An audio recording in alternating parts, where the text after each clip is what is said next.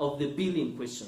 In this case, we'll be saying that if you agree with the petitioners on the type of public participation that should be carried out in this case, there will be a valid concern that the court will not have taken into consideration the unique nature of an impeachment function carried out by the National Assembly. It is within this framework that we must analyze the unique nature as a time-bound legislation in determining whether the National Assembly satisfied its duties to facilitate public participation and involvement in the legislative process. Lord, if you take into consideration the unique nature of the impeachment function according to the National Assembly, you will find, without any doubt whatsoever, that the public participation done in this case was reasonable.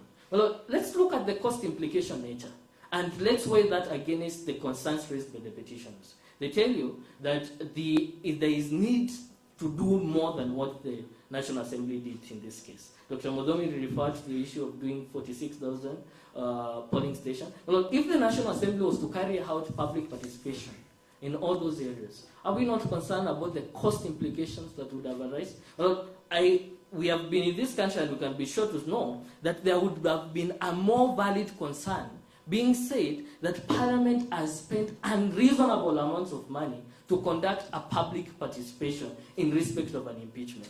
Because if that has to be done within those timelines, there will be monumental resources that have to be deployed there, and it will implicate other constitutional values on fiscal responsibility, on what needs to be done, yet the Constitution says facilitate public participation. On the question of public participation in the Senate, my Lord, once the Senate is conducting this impeachment in public, that is fulfilled public participation. The decision of your brother in Kawera Mwangwaza confirms this, that the Senate cannot carry out public participation.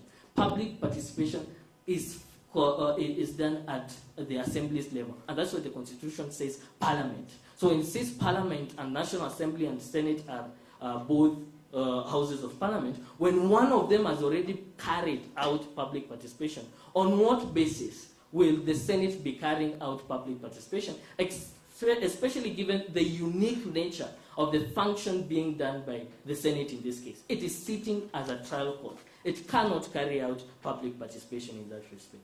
So, my Lord, I think this contextualizes what is sufficient public participation in the context of an impeachment. The Supreme Court, if I was to interpret the words that it's saying here, public participation is reasonable where the public is aware. Is the public aware that the Deputy President is being impeached? Do they have a feeling of whatever is happening in that impeachment? Because the Supreme Court is avoiding a situation where a citizen will be embarrassed 2 years down the line after the impeachment was carried out. They don't know that the Deputy President that they thought was the Deputy President is no longer Deputy President. So, my Lord, will be persuading you on this basis that the public participation carried out in this case, and the enormous evidence that was submitted by the National Assembly in this case, satisfy that test of public participation. Well, let me revert now to the public participation in the context of the nomination and nomination and election. I'm using the word election very advisedly because the Constitution says in Article 149 that once the President nominates his candidate to fill up the vacancy of the Deputy President, the National Assembly shall vote on that nomination. But this issue, most importantly, was raised by members of Parliament. It is not something that was not raised by members of Parliament before the Speaker. A number of things were raised before the Speaker of the National Assembly on the date that the Speaker read this nomination to the members of the National Assembly. And they asked the Speaker, should we carry out public participation before we carry out this vote? They asked the Speaker, does the Public Appointments Parliamentary Approval Act and Standing Order 45 apply in this context of this vote that we are about to carry out? And the Speaker did a response to these questions. Now, this is communication number 54 of 2024. This is how the Speaker responds to this question. On the first one, he says that the Constitution language in Article 149(1) explicitly states that the House must vote on, not approve the nomination.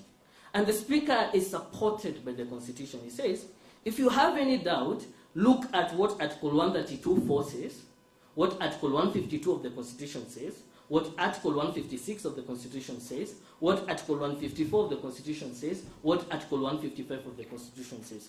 All these have something in common, my lord. Whenever Parliament is required to approve and appoint a nomination of the President, it uses very specific language. And if I can use by way of example, in Article 132.4, because this is where the Constitution states of the provisions I've alluded to, it says this. Article 132.4 of the Constitution says, the President may, with the approval of Parliament, declare war and the other issues to do with performing any other functions, including nominating all these people. And I can go to the other example that I can use in this context, my lord. It's Article 132.2. Article 132 says this: the President shall nominate and with the approval of the National Assembly appoint. That language is consistent in all these provisions I've mentioned. The President nominates and with the approval of the National Assembly appoint. But what is the language used in Article 149? The President nominates and the National Assembly votes. And the Speaker also says that is not the only instance we have in this Constitution where there is a vote that is carried out. He says, let's refer to Article 106. Article 106 of the Constitution requires the National Assembly and the Senate to elect the Speaker and the Deputy Speaker. And he says, in all these instances, we are not required to carry out public participation because it is an election. We are sitting as an electoral college to make this vote. I mean, look, there is no reason why not to understand this. And there is a lot of double speak on the part of the petitioners. When they want to tell you that their client or the first petitioner was a deputy president, they insist that this is an elective office. But all of a sudden, when it comes to filling that vacancy, they insist that this is an appointing office. How can that be the case? If the office of the deputy president, we decided it's going to be an elective office, in case of any vacancy arising in that office, it must be also an elective office. Why? Because unlike all these other people that I've mentioned, when the president nominates, them and Parliament approves, the president can dismiss them at his will. But the president cannot dismiss a deputy president once he has been elected into that office. The only way is that the way the first one was removed from office is the only way the second one can be removed from office. But therefore, if this is the determination that has been made by the National Assembly, we all agree in this room that the High Court has the last word on the proper interpretation of the Constitution. But my lord, there is an interpretation that has been proffered here by a co-equal arm of the government. And I'm glad that the Supreme Court itself has had an issue with this. In the case of Owino Uhuru, we have attached that as authority number 10. The Supreme Court says that there are instances where you can defer to the decision made by a constitutional body or accord it a presumption of regularity. And the Supreme Court gives the condition that when you're going to apply when you're going to when you're going to defer to the interpretation by another co-equal arm of the government. And it says that if the decision is within the bounds of the law, that decision is to be deferred to or be presumed regular. If the decision followed established procedures, and in this case, the Speaker said that we are following the established procedures. We do not carry out public participation when we are electing the Speaker, the Deputy Speaker, or even the members of regional bodies such as IALA and the Pan-African legislature. Those instances, no public participation is carried out. Well, it is also a holistic and whole interpretation of the Constitution. If you agree with the interpretation accorded by the petitioners, you would be arriving at an absurd interpretation of the Constitution because it would have the effect of invalidating all those other elections of speakers, deputy speakers that have been done, and even future in doing this. And most importantly, the decision of the Speaker in Communication number 54 was done in good faith. There is no evidence that has been adduced in this stage to demonstrate that this was not done in good faith. But having dealt with the issue of public participation, let me return to the fair trial issue and the authorities that have been alluded to by the petitioners. But they raise two fair trial concerns. They say that the first petitioner, impeachment, was expedited. They said it was done in whether it's godly or ungodly speed. But the point is that they say it was expedited, and this, they say, affected his due process rights. And two, they say that he was denied an adjournment, and therefore this was constituted a fair process issue. Now, let me start with the issue of an expedited impeachment. Luckily, again, Sonko raised this exact issue in his impeachment in 2020. He said that the speed within which I was impeached was ungodly, just as the first petitioner is saying this. And the Supreme Court dealt with this thing head on. What does the Supreme Court say in paragraph 135 of the Supreme Court decision? It says, his, and that is Sonko, complaint that the process was expedited can be answered simply with reference to Order 75 of the Senate Standing Orders, as well as Order 72 of the Nairobi City County Assembly Standing Orders, both of which set the timelines within which each step must be taken.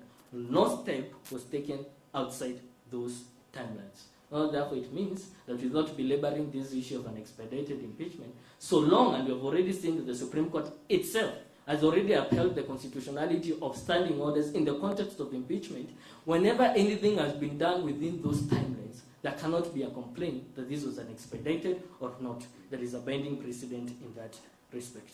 Now, let me return to the issue of an adjournment. There are some decisive facts which we are missing the point in this issue. The point is this. There was an application for an adjournment. Most importantly, all the parties have been given an opportunity to canvass this application for adjournment. Compelling reasons have been given by the National Assembly, two of them. One, they say that this particular adjournment that is being sought has the effect of going outside constitutional timelines, which we have already seen the Supreme Court had said that these timelines are sacrosanct. And then they say, the National Assembly also says, no medical proof has been presented to you so that you can exercise your discretion favorably to this adjournment. So there are two compelling arguments that have been given here. The Senate is sitting as a body that must give a decision either way. It gives the decision after according them significant time. The issue was raised at 2:30. They adjourn up to 5. The Speaker actually asked for 5 minutes to write a ruling. He returned, that was 5:35 p.m. if you look at the Hansard. He returned at 6:06. He thought that this was a small issue. He goes and spends 30 minutes. And when he comes back, he actually says that this is a weighty issue that I've had to look into. And he says that I've looked at the application for adjournment. There are things I can do, there are things I cannot do. The only thing I can do in this context of this impeachment is that I can tell the Senate, because it is them to make that decision whether to adjourn or not, that the only thing they can do, they can adjourn up to 19th October 2024, because that is when the 10-day timeline ends. But they cannot adjourn to the 22nd October, that is the Tuesday, that Senior Counsel Paul Muita had requested for. And therefore, the Speaker says the Senate should have this as a decision. And then the motion is actually moved by the leader of the majority. It is seconded by the leader of the minority. It is defeated. That is the decision that has been made by the Senate on this question. It could have gone either way. They could have agreed to adjourn. They could have refused to adjourn. And then the question that arises here, my lords, is whether dissatisfaction or displeasure with the denial of an adjournment, or whether both parties have been given an opportunity to canvass this issue, constitutes a violation to the right to a fair hearing. My lords, I have a lot of confidence asking this question, because again, this is a question that the Supreme Court itself has posed to itself and answered it. Where has it done that? In the case of Aloche versus Senate and two others, petition E014 of 2025 at paragraph 84. This is what the Supreme Court says, my lords. Lastly, on the right to a fair hearing and Article 50 of the Constitution, we have appreciated the reasoning of the courts below us and the opportunity granted to the appellant to present his case. The appellant was accorded a fair hearing by both courts below. And this is the punchline now that they have been liking. displeasure with the final orders of a court, in this case, displeasure with the final orders of a Senate, cannot amount to a violation of the right to a fair hearing. Well, just because they are dissatisfied, just because they have displeasure in the Senate's refusal to adjourn, it cannot constitute a violation of the right to a fair trial. Well, if you want to understand this better, this decision could have tilted either way. It could have gone in favor of the adjournment or against the adjournment. If this adjournment had been granted, could the National Assembly be heard before you here today and telling you that because this adjournment was granted, our right to a fair trial was not granted? We very humbly ask that you dismiss this issue.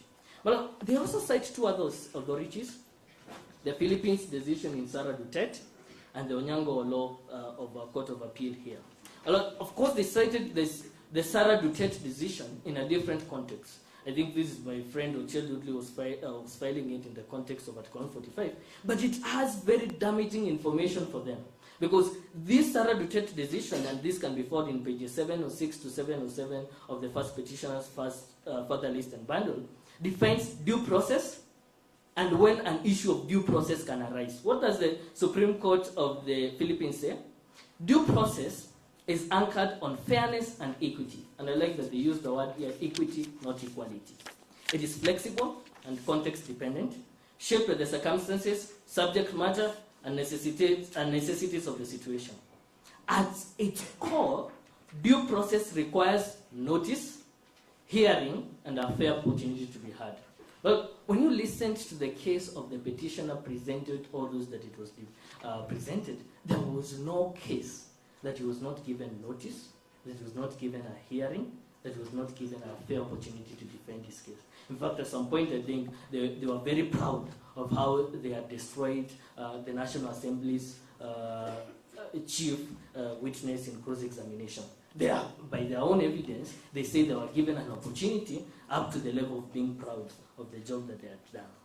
And the Supreme Court says, a due process issue arises if a person has not been given the opportunity to squarely and intelligently answer the accusations or rebut the evidence presented against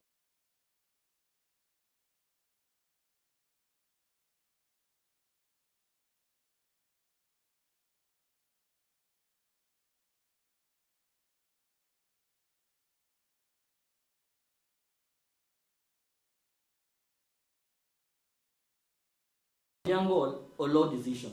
This is good for us because in Onyango law, I think Professor Tom Ojenda made a very good argument in this. What happened in Onyango law?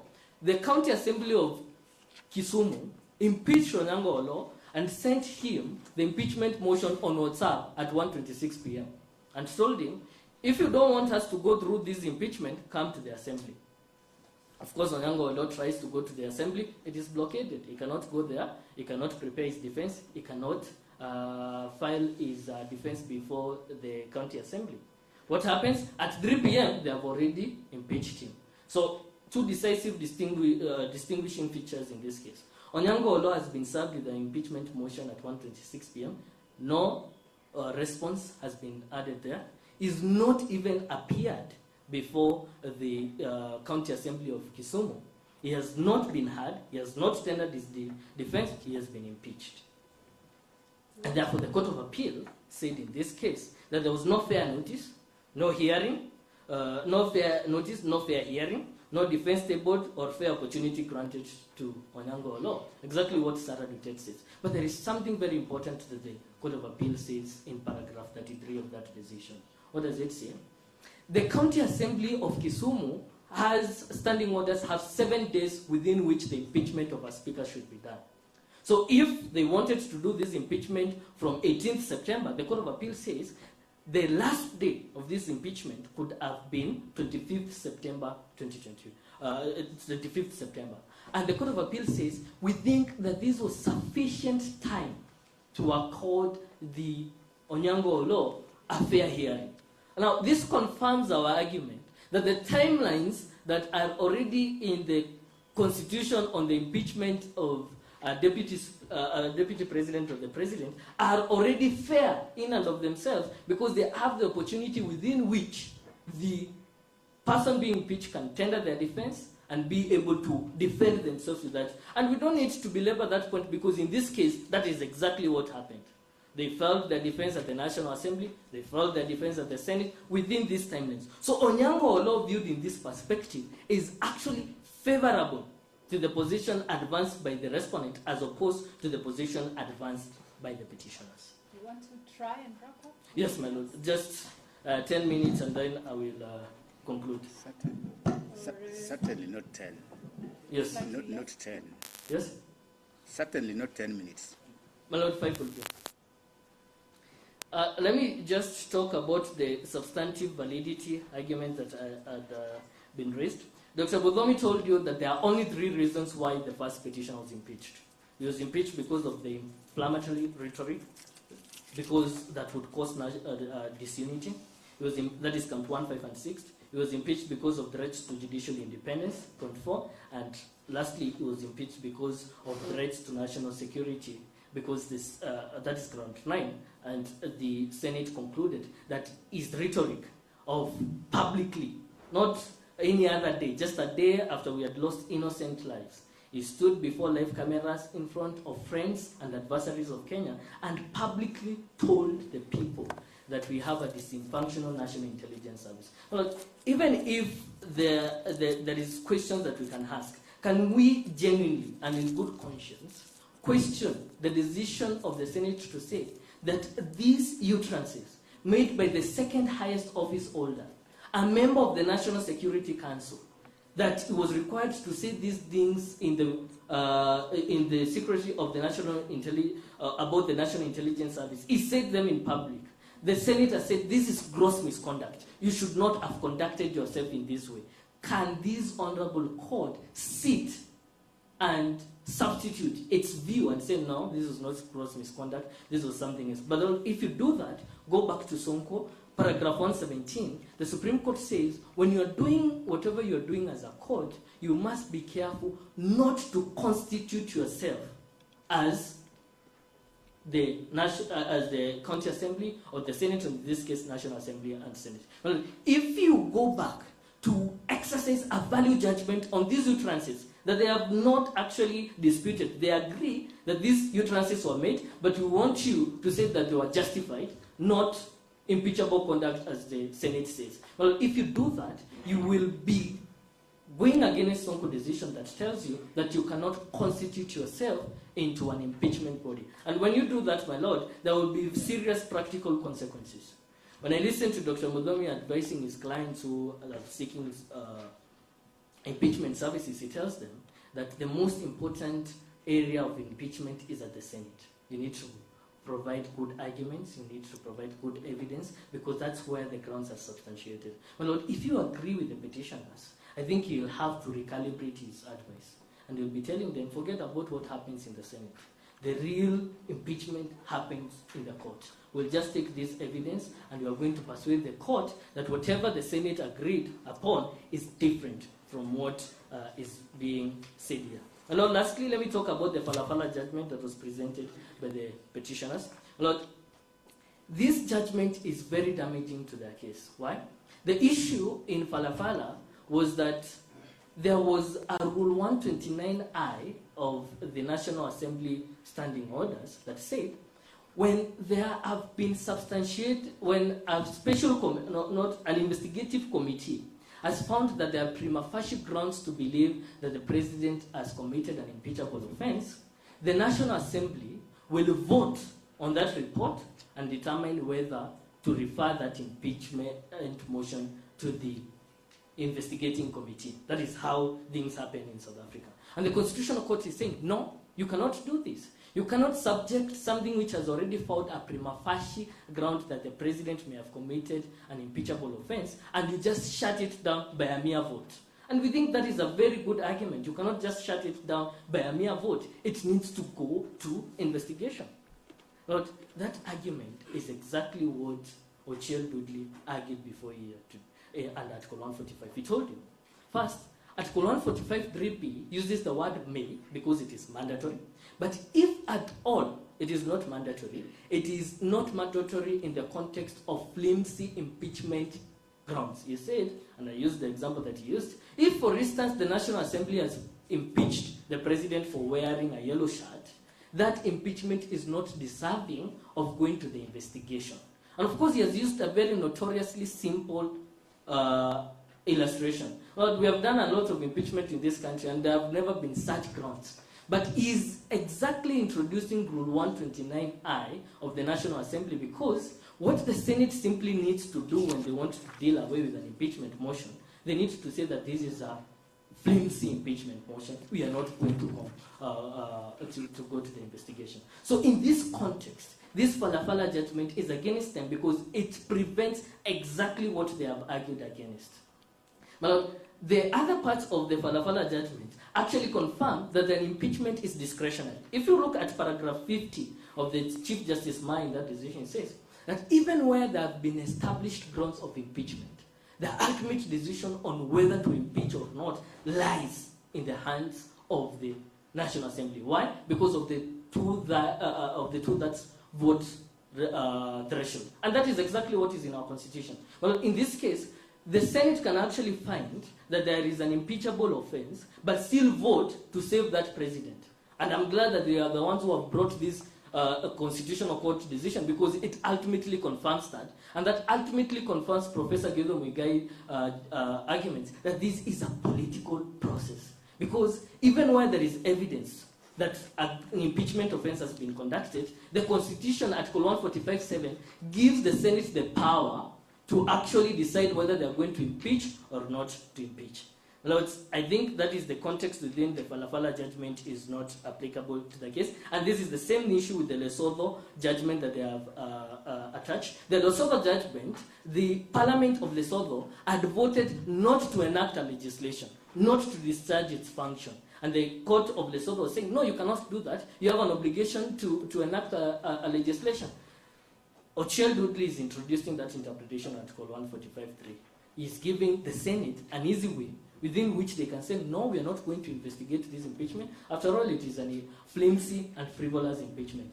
We don't want to go down that argument. You extended my very good friend. He's being used to attack me.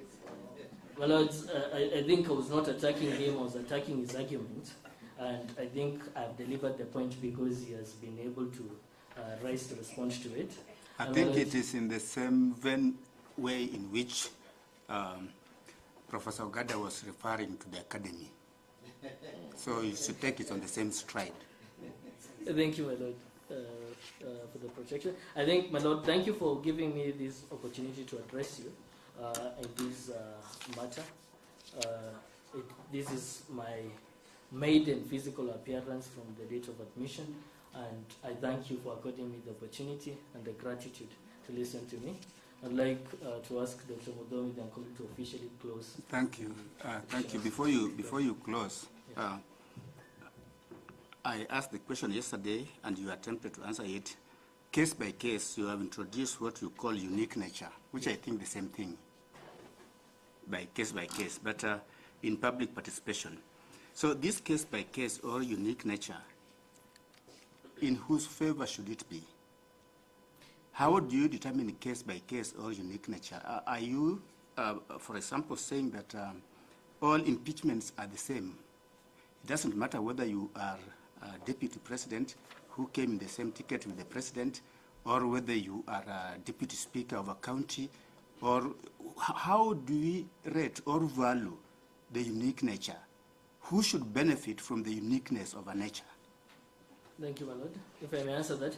The uniqueness of this process does not favor either sides. It favors the Constitution and timelines. And that is derived from the Supreme Court decision. The Supreme Court said that this uniqueness has to defer to the timelines. Because if you look at paragraph 125, the Supreme Court is saying that this uniqueness must consider timelines. So what is unique here is the timelines. There are 12 days timelines. If there are 12 days timelines, and the impeachment has to be carried out in that particular case, the uniqueness favors what will be reasonable within 12 days. You cannot weigh it against a 1-year time period and say that if the National Assembly had 1 year, it would have done better or not. It is going to be favored to this timelines. Is uniqueness only limited to timelines? The unique nature or case by case, is it a submission that is only limited to timelines and nothing else? In the context of impeachment, my lord, we want to say that unique timelines is the only objective test that we can have in this case. And then the other one now will be subjected within these timelines. We ask, if you had 2 days to carry out public participation, is whatever you did, was it reasonable in the circumstances of this case? And that is the argument that the National Assembly has been attempting to persuade you, that if you look at what we did, there are court orders that came. We had initially done it in 47 counties. Court orders told us to do it within 290 constituencies. We did exactly that within the timelines that we had been given, that we are aware that are fixed timelines. And therefore, within this is reasonable. Because, my lord, if you look into the specific circumstances of each case, then you are risking to go into a subjective test on where you are going now to decide to favor each side or not. And yet you can have a timeline and ask, if this is the timelines, what has been done? Is it reasonable? And remember, the words that the Supreme Court is using here is reasonable. It's not perfect. It's reasonable in the circumstances of not every other impeachment, but in the circumstances of the timelines that are appreciate to each and every impeachment. Thank you. Thank you, my lord. My lord, that would mark the close of the submission by the second interested party. And I wish to state for the record, Kenson has been my pupil, and I'm very proud of him. Thank you. Thank you.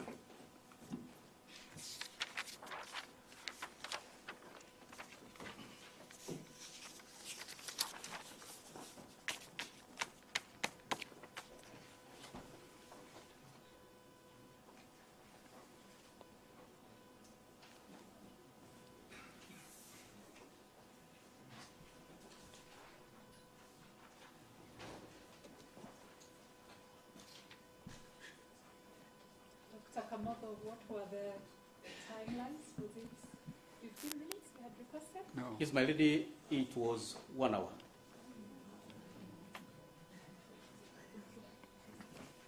And it was never challenged at any point. I made that request severally, but either way, I will be efficient in the use of time. If I don't need an hour, I will definitely not use an hour. So you were not assisted by Dr. Nkulu? You were not assisted at all because you said that 98% of your submissions would be covered by him. You were not assisted at all. Yes, they covered 5%. And I appreciate with great gratitude. My lord, I'm not a 5% man. Okay, 15%. My lord, there is a qualification that is important when we come to this particular respondent.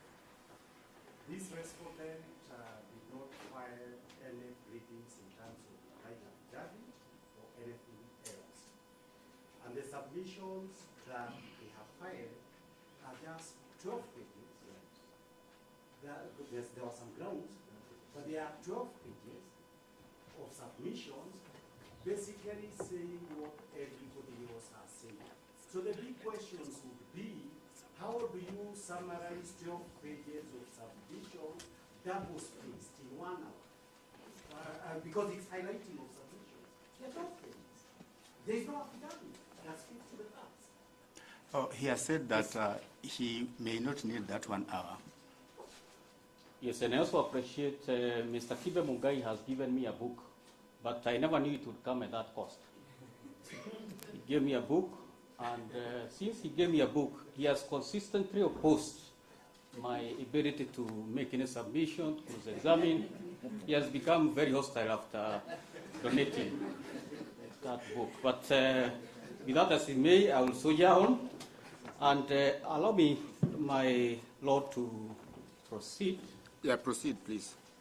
Yes, for the record, my name is Adrian Kamodo. I appear alongside Ms. Katira for the 10th respondent. And so that there is no controversy about the 6th respondent, I do confirm that I do not appear for the sixth respondent because in any case the Supreme Court has held that he cannot be subjected to proceedings of this nature, and we would have expected that when leave was granted for amendment that the petitioners would amend the pleadings accordingly to eliminate the name of the sixth respondent. Now, a lot has been submitted by the respondents who have come before me, and for record purposes, I would say I associate with the submissions of the 1st to 5th respondent, the 7th to 9th, the 16th, and the 2nd interested party.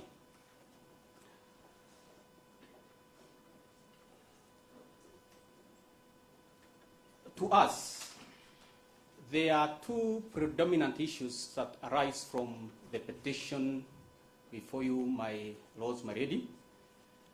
Notably,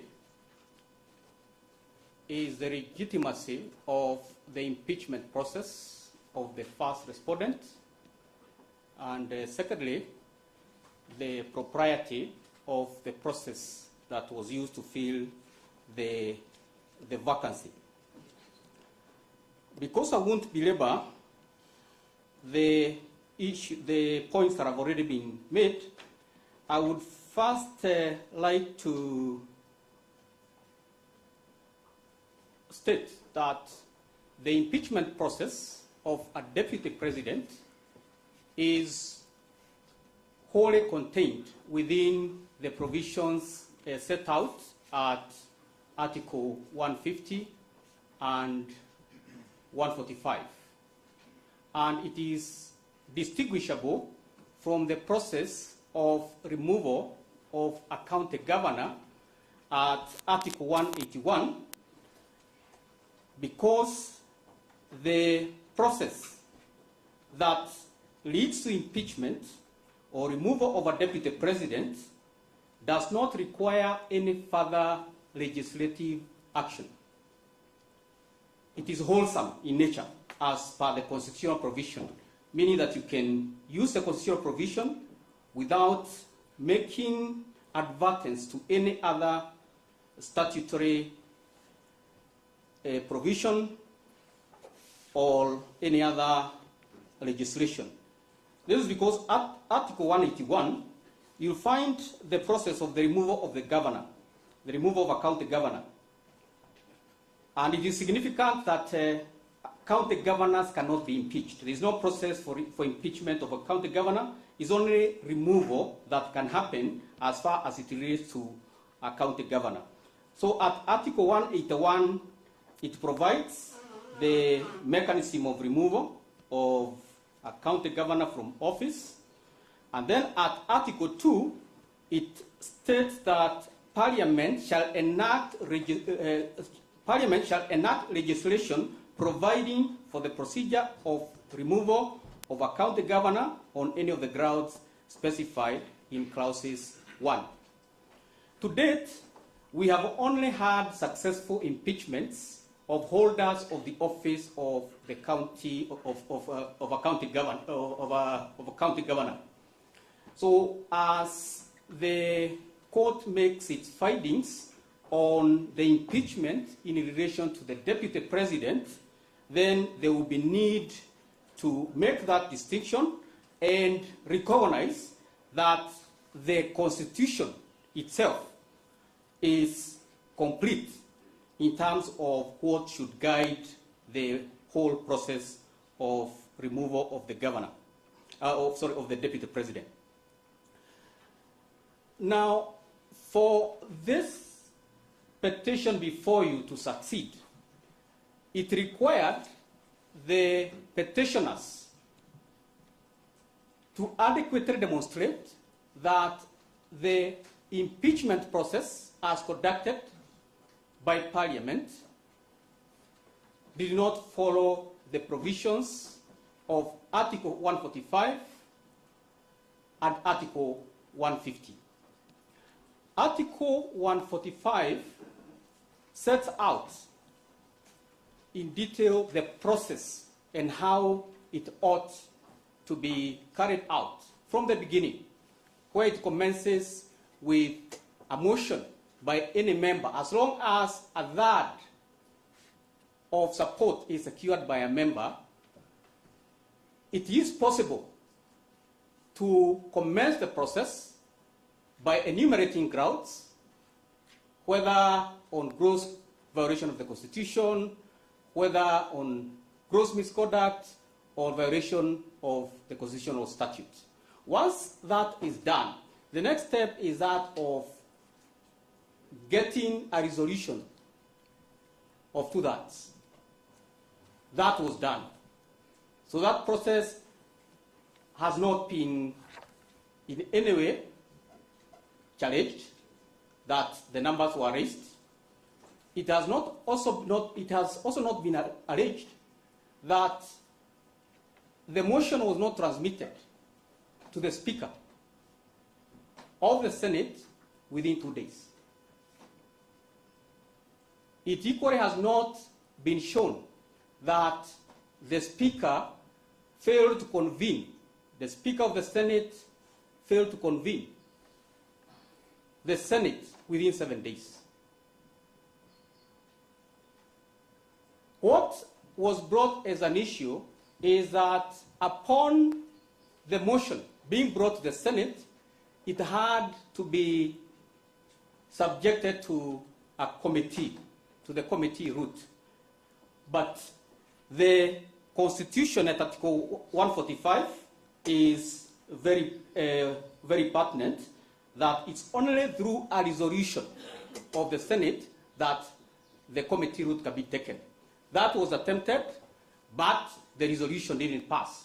So that option was completely extinguished, and what remained was the option of going through the plenary, which proceeded, and a resolution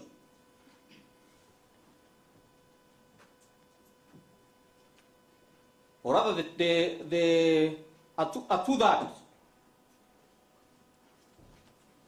requirement of members of the Senate was met as required for purposes of passing a particular charge.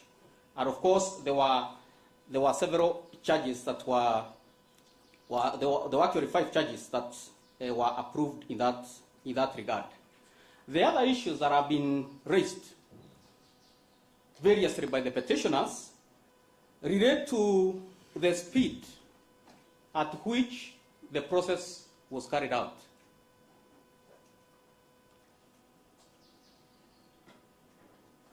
Ordinarily, the Constitution provides the timelines for each and every act that it requires done. But even where it doesn't provide for a particular timeline, Article 259(8) provides that any act required under the Constitution must be done without unreasonable delay and as often as occasion arises. The Constitution does not in any way impose a speed limit in terms of the discharge of the affairs of any constitutional organ. So if a particular motion has been approved by the National Assembly and is required to be transmitted to the Senate, it can be transmitted anytime, day or night. Interestingly, whereas the petitioners have found fault with the speed at which the various arms and organs of Parliament operated, they have also not been conscious that they also moved at breakneck speed to file a petition when they were dissatisfied about the process. you will see that on 18th October 2024, there was a petition that was filed and supported by an affidavit sworn by the first petitioner, Rigathi Gachagua, on the night of 17th October. And at paragraph 28, the deponent states that I confirm that due to the urgency of the matter and prevailing circumstances, I sign this affidavit on the hospital bed at Karen Hospital in Nairobi in the presence of the Commissioner for Oaths as I continue to be admitted following the doctor's advice as reported in the Daily Nation, and a link has been put. So, this, interestingly, my lord, my lady, you will find is the same person who the Senate was told at 2:30 p.m., and that is in page 7 of the Hansard, that he was extremely sick and hospitalized. But you'll see at night he's signing affidavits. And on another note, the counsel who appeared to represent him in the National Assembly lost contact as they confirmed to the Senate. They couldn't get instructions from the first petitioner, but at night, the petitioner. Just on guidance, I'm just wondering, my lord, whether my learned friend Mr. Kamoto can comment on an affidavit when he has not responded to it, because all what he filed, as previously indicated, was were grounds of opposition. Can he comment on an affidavit when he has not responded? Well, the question is, did he make those suggestions outside an affidavit from the bar? Or would he like to be where Dr. Gikoni was yesterday? My lord, I'm not making any depositions. I am dealing with the documents that have been placed before the court. So, I know it's a distraction. I have done a lot of litigation with Mr. Degwajiro, and I know he likes to interfere with my flow of thoughts through such disruptions, but I will cope. So, my lords, my lady, what we are observing is that the counsel that represented the first petitioner at the Senate, and notably the eminent senior counsel Paul Muite and distinguished former member, long-serving member of Kikuyu constituency, was not able to reach the first petitioner during the Senate hearing. But at night, another counsel was instructed. So this affidavit is drawn by the firm of Kamoto Jomo and Company Advocates, meaning that unknowingly, when senior counsel Paul Muite was hunting down for his client, the client was engaging another counsel. So I empathize that senior counsel had to be shortchanged at night. But now, because they have raised the issue about the speed, then what is good for the goose is definitely good for the gander. If the Senate moved with the speed and the petition has moved with the speed, then they are at an equilibrium. There is a draw. So no one can pose an issue as to the manner in which the process was carried out. There is an issue that was raised about fair trial, and reference was made about the right to appear and be represented by the counsel. it has not been shown that the right to appear was denied. In fact, there was appearance all through by the first petitioner and his counsel up to the point when the first petitioner went off the radar. All through, there was representation, and as has been submitted, the prejudice that was suffered for non-appearance of the first petitioner at the final stretch was to the prosecutors of the impeachment motion, because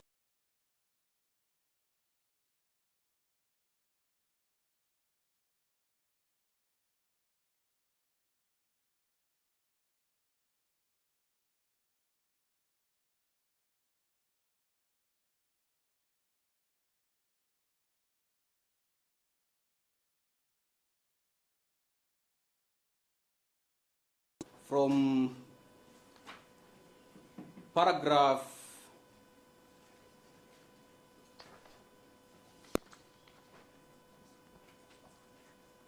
From paragraph 13 of that affidavit, the first petitioner indicates that there was a notice on public participation. He also cites an order that was issued by the Kerugoya High Court, which was complied with, and had it not been complied with, if there was an issue about non-compliance, then you would have been shown committal proceedings for contempt. So it means there was full compliance in terms of the court annexed public participation that was guided by the High Court sitting at Kerugoya. And once the National Assembly had done the public participation, as notable from Article 118, the reference is made to Parliament in terms of public access and participation.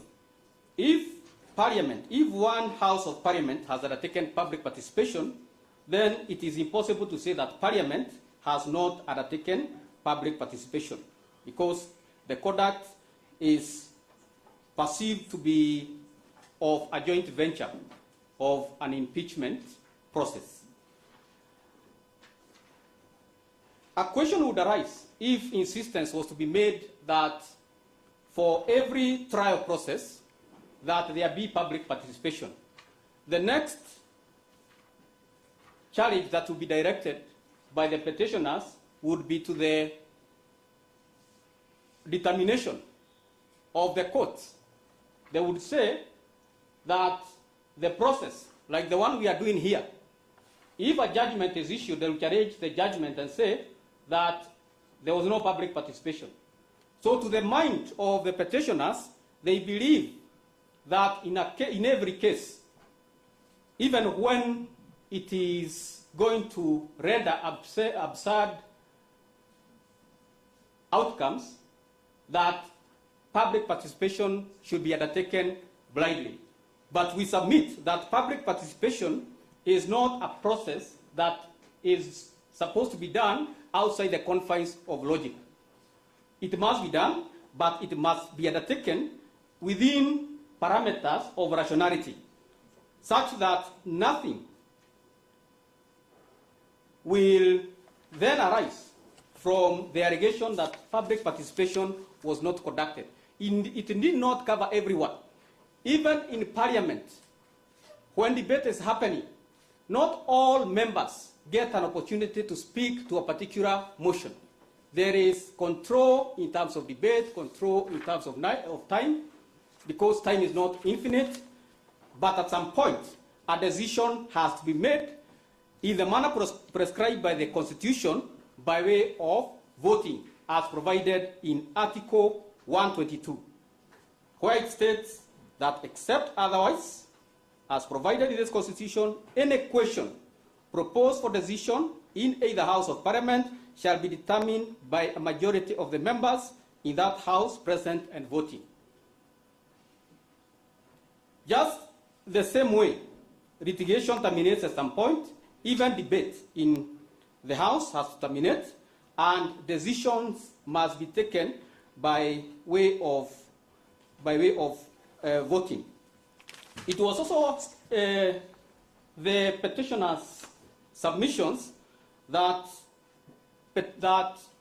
impeachment should be a matter of last resort. On this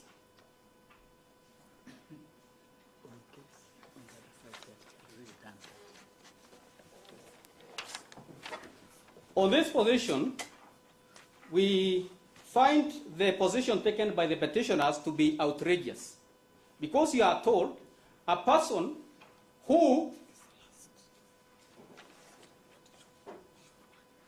is alleged to have grossly misconducted himself, to have violated national and international law,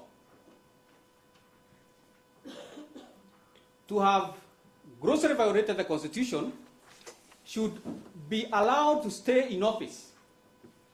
So you are told somebody who is pilfering public resources, for instance, should be allowed to continue stealing, and then action should only be taken as a last resort when he has stolen everything. That is the context within which the argument of the petitioners would be perceived. And that, again, would be completely absurd. So for us, we submit that impeachment process is a fast and immediate resort when grounds are available for purposes of moving the process of impeachment. Now, my lords, my ladies, you are also told that the reason, and this is borne in the affidavit of the first petitioner at paragraph 8, paragraph 8F, whereby it is deponed that the National Assembly, the second respondent herein, prosecuted proceedings on the basis that I offended the President rather than the Constitution and the law. The object of impeachment exercise appears to have been to please the President rather than examine fidelity to the Constitution. This position is completely defied by the outcome of the process of impeachment. All the grounds that had any touch on the executive or where the President was mentioned, they all collapsed. And this is typical of ground number one, ground number two, gross violation of Article 147(1) and 152(1) of the Constitution by undermining the President and the Cabinet and effective discharge of the national government's executive mandate. So that one failed. But to the mind of the first petitioner, it is the President who was after him. We go then also to ground number 10.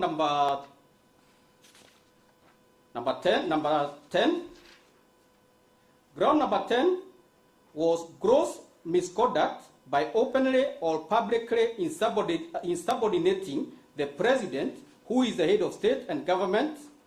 Mr. Doctor. Yes, ma'am. Did your client file a reply affidavit? He did not file. I'm reading the answered report. So what response did your client file? Because I'm seeing you are going too much into factual issues, and I just want to clarify whether you controverted those facts in a reply affidavit. My Lord, I'm not controverting any facts.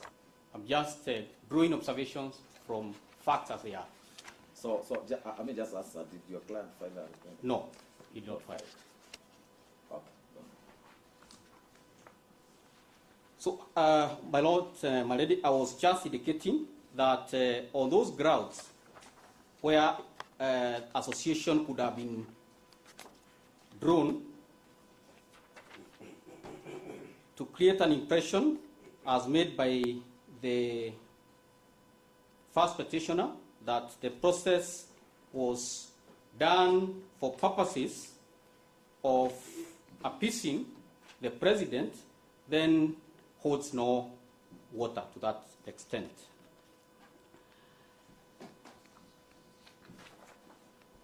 My Lord, again, that affidavit, you will find in that affidavit at paragraph 11, the ground number 7 has been attacked at length.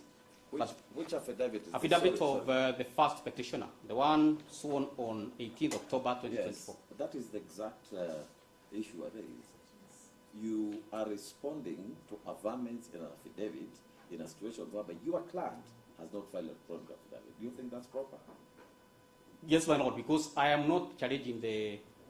These are facts, these are documents, and my Lord, the petitioners have even brought books, and they have been admitted yes, to the record. but you see, Daktari, you have to choose.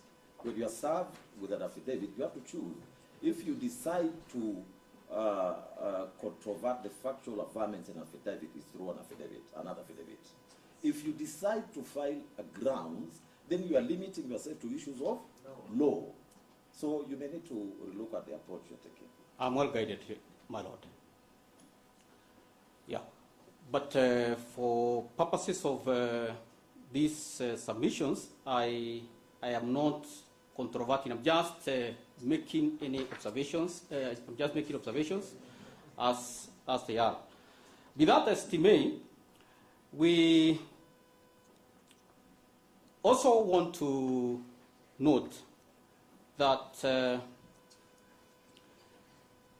the issues that have been raised in that affidavit point to the position that we have all through been advancing. In other words, this petition, this affidavit, and petition for that matter, has fallen on its own sword because it has provided evidence that is in support of the respondent's view that the process of impeachment was undertaken in accordance with the law. I now shift to the next issue that arose, which now relates to the filling of the vacancy that arose. Dr. Kamoto. Yes, my Lord. You filed submissions. Yes, my Lord. How many pages are those submissions?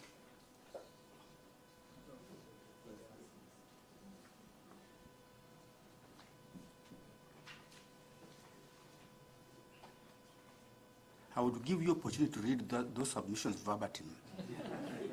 Because we are highlighting submissions. And we understand what we mean by highlighting submissions. The maximum time we can give you is to read them verbatim.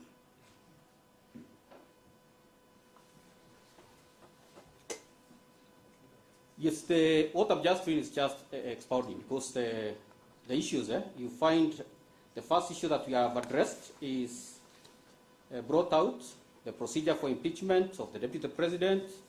Then we have also talked about the standard of proof, whether it was met.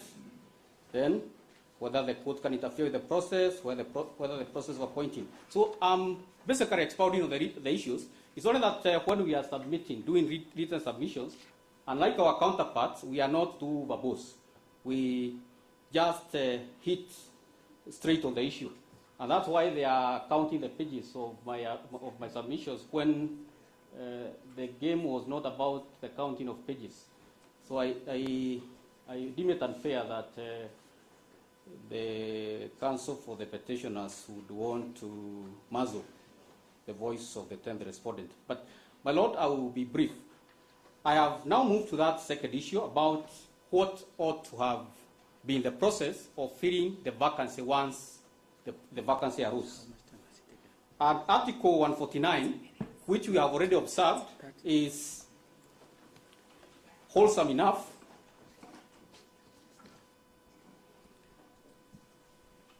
is clear that within 14 days after the vacancy in the office of the Deputy President arises, the President is to nominate a person to fill that vacancy. Was that done? And within the time frame, yes, it was done. And as properly distinguished by the learned senior counsel, Dr. Mudomi, the process for filling the vacancy under Article 149 is different from that at the general election time, which would require that some other processes be undertaken. So what is provided here is the name to be provided and to be voted for within 60 days. Was it done? We submit it was done in utmost compliance with the provisions of the Constitution. And that being the case, then the whole of the petitions, all the consolidated petitions, would fail to raise any material issue that would warrant the court to interfere or disturb the position taken by the Parliament in terms of impeaching the first petitioner. So that we draw to a close, I will invite briefly Ms. Kadira to summarize on our position. Okay. I thank you, my Lord. Through the permission, Dr. just a minute, through the permission of the presiding judge, I need a clarification of your thoughts on something which you've talked about. You indicated that in the Constitution, a governor is removed and a president is impeached, and that the two are different. Now, apart from the diction, apart from the use of the words governor and president, and the processes, the differences in the processes, do you think there is any difference on the effect of either removal or impeachment? The effect would be very remote because even the wording of 181 is only that it removes one of the grounds, the ones for the physical incapacity. It treats it as it only has all those grounds actually condensed into one. The one for removal of the Deputy President, you'll find removal is on physical incapacity, the first ground, and then that's removal, and then impeachment is where you have the gross violation of the Constitution, gross misconduct, serious reasons to believe that there has been a crime committed at national or international law. So in terms of the effects, we agree that there may be no such difference. There would be a difference because the other one, at Article 181, it has an added provision that Parliament is to registrate for the process at Article 181. But for purposes of removal of Deputy President, there is no requirement for further legislative action or intervention. It is self-contained, meaning that you just look at the Constitution. You are not directed to look elsewhere. So the process for impeachment of a Deputy President is as contained in the Constitution. There is no requirement to make reference to any legislation. That is in terms of the process, isn't it? Correct, my Lord. But my inquiry was limited to the effect, whether you think there is a difference in the effect. After you are being removed or impeached, are you on the same platform or do you stand on different grounds? You stand on the same platform because as per Article 75, you cannot hold office. You cannot hold office in future. Okay, thank you so much, Dr. I appreciate it. Thanks. Thank you, madam.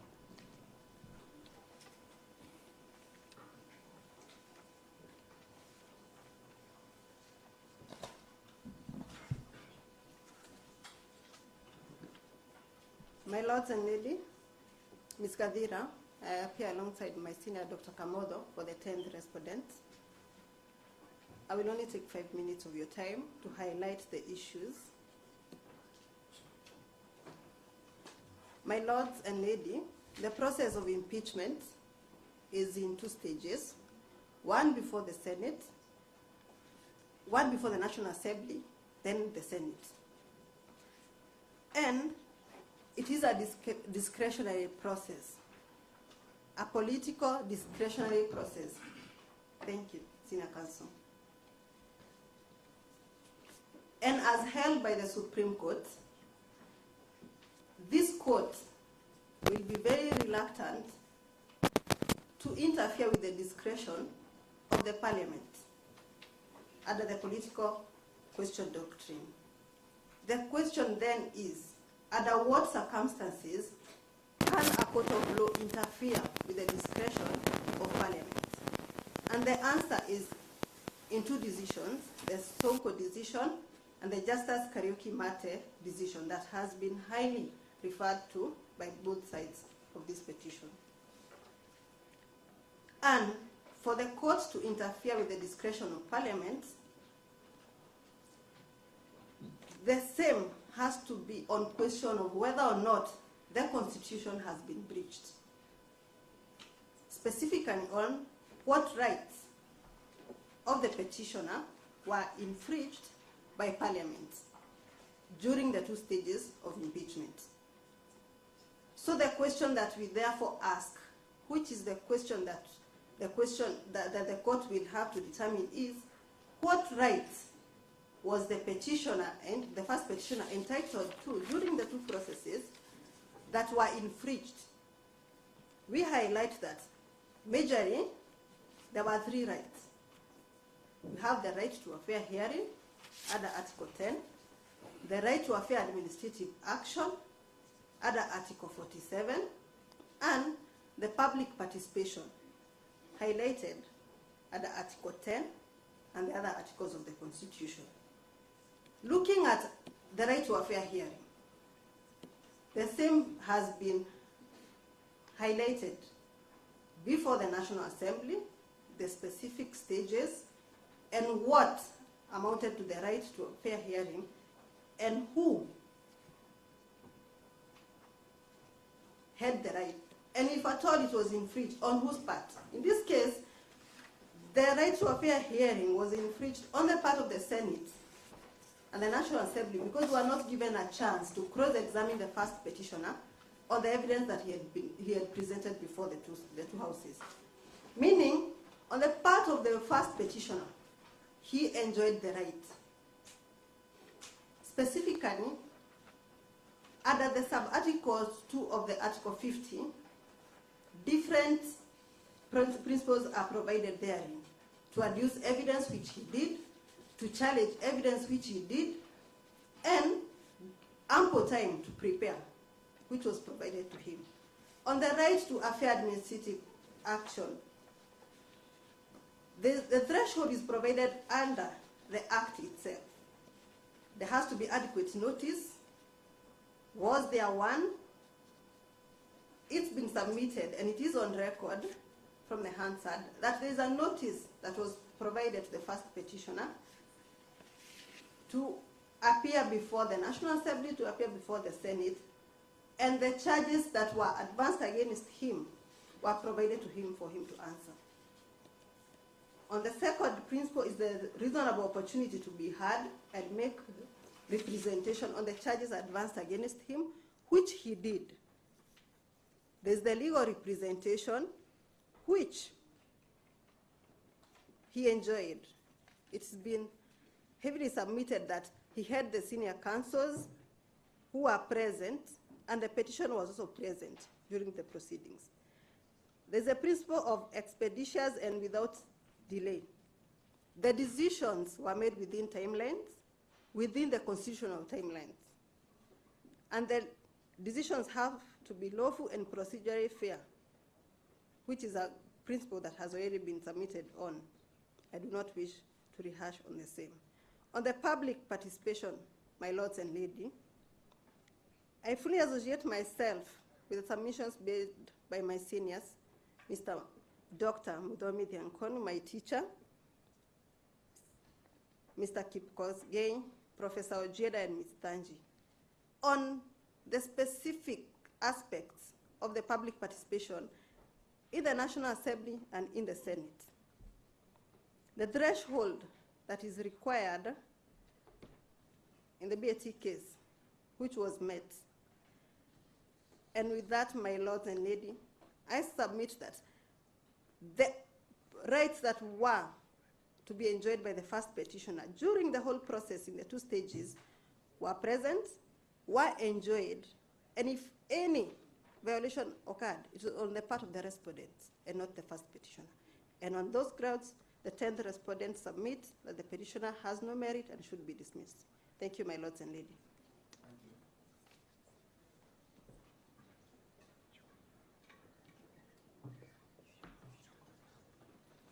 My lord, that should mark the end of submissions on the part of the respondents and the interested parties that are opposed to the petition.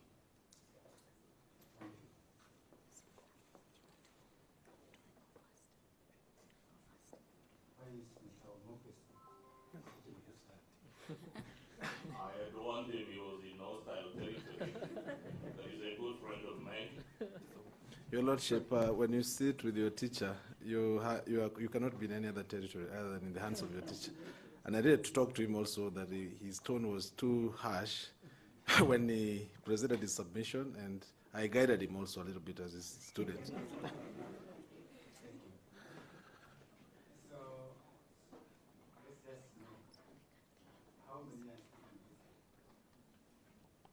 My Lord, for the first petitioner, my name is Ochiel Dudley. It falls on me to take the rejoinder for the first petitioner, and my learned friend, Mr. Masharia, will join me on that duty. And senior counsel will wrap up. My Lord, we are requesting for about an hour if the court can afford it. Yes, for the three of us, the first petitioner's team. Yes. And my Lord, as indicated before, it's still online. Yes, my Lord, I am still in line too. My Lord, Njeri Maina, I was requesting for only 10 minutes to respond to the issues that Council raised pertaining my character. We have said that parties who wish to join could file submissions.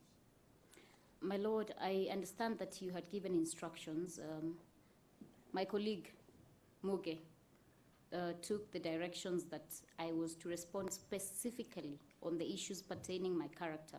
My Lord, as you can see, the cameras are on. You can imagine the number of people that were watching as I was painted as a sort of warlord before this bench. It is critical, my Lord. My Lord, that's not an issue that is available to do in a reply. A reply is traditionally on matters of law. Our character or lack of it, it's not really something that will be spoken to. I was also going to suggest, my Lord, we have various priorities. If we could perhaps have a brief lunch break, then people can replenish their sugar levels. Then if necessary, we can have even an extended afternoon, as long as you show we close this today. My Lord, while my senior may not care for his character, I do care for mine.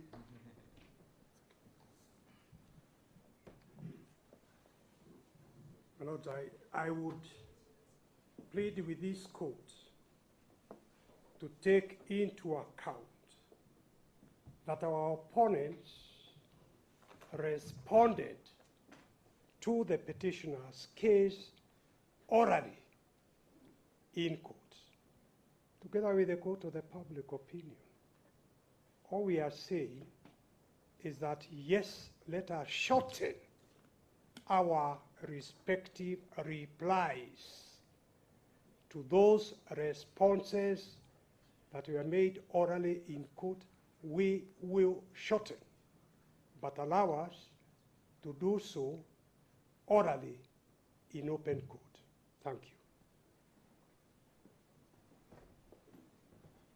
We'll give you, because we are not obliged to explain to you our circumstances, which apparently you don't want to hear or to know about. I'll give you 1.5 hours to respond orally to the responses. And we are not going for a break because we don't have that time. Thank you, my lord. My lord, my name is Ochiel Dudley, and I rise to make a rejoinder.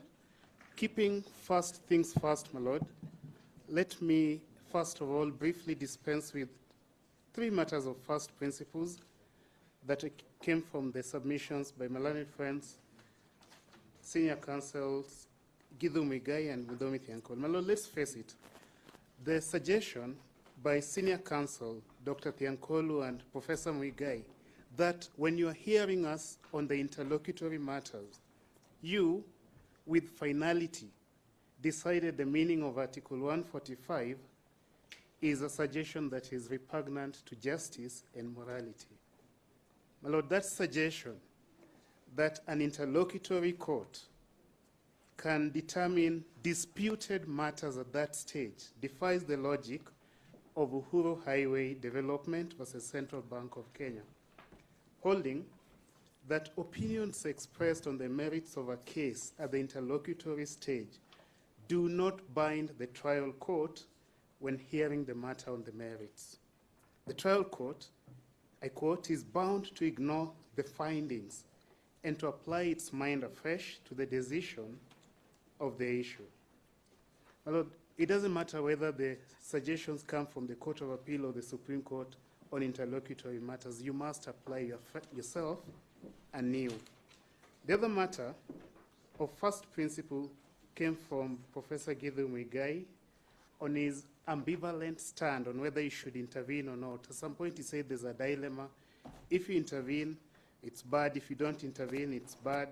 My learned friend, Mr. Gumbo, suggested that you await the voters' help in 2027 in determining whether the Article 145(1) threshold was met, even though it uses legal terms: gross misconduct, serious grounds, and gross violation. My lord, on that dilemma, there's Cohen versus Virginia declaring it, and I quote again, a treason to the Constitution for a court to decline a jurisdiction it has, much as it is a treason to the Constitution to take a jurisdiction you lack. My lord, unlike Parliament, a court cannot avoid a decision because it approaches the boundaries of the Constitution, ditto political questions. My lord, the last matter of first principles that I turn my mind to is Professor Githu's invocation of Mongare versus Attorney General concerning Professor Odek's warning about history. My lord, when that case was cited, I wonder, why is this case so fundamentally, why does it have such a fundamental principle, but it's so rarely cited? Then I went and checked on Kenya law. Mongare versus Attorney General has been cited 7 times in 12 years. It's a 24th January 2014 case, and obiter dictum responding to the submissions of Nzamba Kitonga Senior Counsel, Professor Odek chooses to say something about the use of historical material in constitutional interpretation. My lord, a month later, a month after Mongare Court of Appeal, the Supreme Court decided read the matter of Kenya National Commission on Human Rights, and at paragraph 26 of re-KNCHR, the Supreme Court accepted the same arguments that Odek J in his obiter had rejected in Mongare, and the Supreme Court mainstreamed the use of history as a part of the holistic interpretation of our Constitution. And so, my Lord, you must go back to Bomas, go back to the Kilifi draft, go back to the Wako draft, and see what the debate was about. 9 months after Mongare, in the vetting board case, where the Supreme Court cites Mongare for other reasons, it impliedly again overrules the Odek's warning about history. My Lord, you're told to interpret the Constitution like a will, like a contract, like a mortgage, a document that tells us that I am always speaking. The Constitution is always speaking. You must interpret it in context. You must interpret it purposively. You must interpret it holistically. You must consider the history, the issue about the place of the Deputy President, the concern that I told you about in the CKFC for mechanisms that make sure that impeachment does not become a tool for political maneuvering, but remains a sacrosanct constitutional process. My Lord, in the alternative, even if Odek's obiter were the ratio desidendi, this case meets both limbs of the test that he has at paragraph 132. It says that for a court to use the travaux préparatoire, there must be two grounds met. One, the material must be publicly accessible. And two, the travaux must clearly and indisputably point to a definitive legislative intention. One, publicly accessible material. Two, that using the travaux would clearly and indisputably resolve the dispute. This case meets both limbs of that test. One, my former employers, Kenya Law and Katiba Institute, have both ensured that these draft constitutions are publicly accessible. If you go to Kenya Law, if you go to Katiba Institute website, you'll find the Bomas, Guy, and other draft constitutional instruments. Number two, looking at those drafts, you'll find that this committee, my Lord, it's not about the shall or the may. You're making a constitution. You're not debating verbs, modal verbs, auxiliary verbs. Do we use may or shall? It's about the structures, the processes. You're debating which body should investigate, who should appoint. So that's why at some point it is the speaker to appoint. Then at some point it is the Senate to appoint this committee. It was about who appoints it. Then at some point the National Assembly say the National Assembly will appoint. So when you look at the historical material, as you must, you will find that it resolves that issue. My Lord, on the issue of Article 145, there was a landslide of constitutional magnitudes triggered on the 9th of October, 2024. My Lord, assume that the option of plenary was there, was available. It was a constitutional choice. It is not. It is not available. But assume it were available. Where is the Senate resolution to investigate this matter by plenary? The motion that was passed, the motion that no one found it in them to second, was for this special committee. That motion fails. My Lord, this impeachment, the inchoate impeachment, lapsed at that point. It died at the point of the failure to second the special committee motion. The Speaker does not direct another motion for plenary, assuming plenary were an option available. The Speaker directs that the motion to form the special committee has failed. Pages 48 to 52, Speaker, affidavit of Jeremiah Nyegenye. Senate says we are going to investigate this, to hear, in fact. It doesn't use the word investigate, which is a constitutional word for that stage. It says we are going to hear this by plenary, like we do for governors. My Lord, we agree with Dr. Kamodo that the procedure for governors is different from the procedure for the Deputy President. In my opening remarks, I told you that the two articles had been debated differently, so that we agree with them fully that Article 145 comes complete. My learned friend and younger brother, Mr. Mutaidia, suggested to you that there's no difference. My Lord, if there were no difference, these makers of the Constitution were legislators, including our team leader, Senior Counsel Paul Mwite, and they sat in plenary at the CKRC. They also sat in committees, in the working groups. They didn't know the difference between plenary and committee, so that they could use, by using the word may, imply that you can read the words plenary into that article.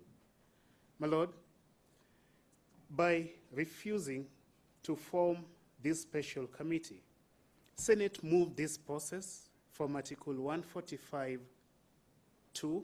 when the motion came in, all the way to Article 145(7).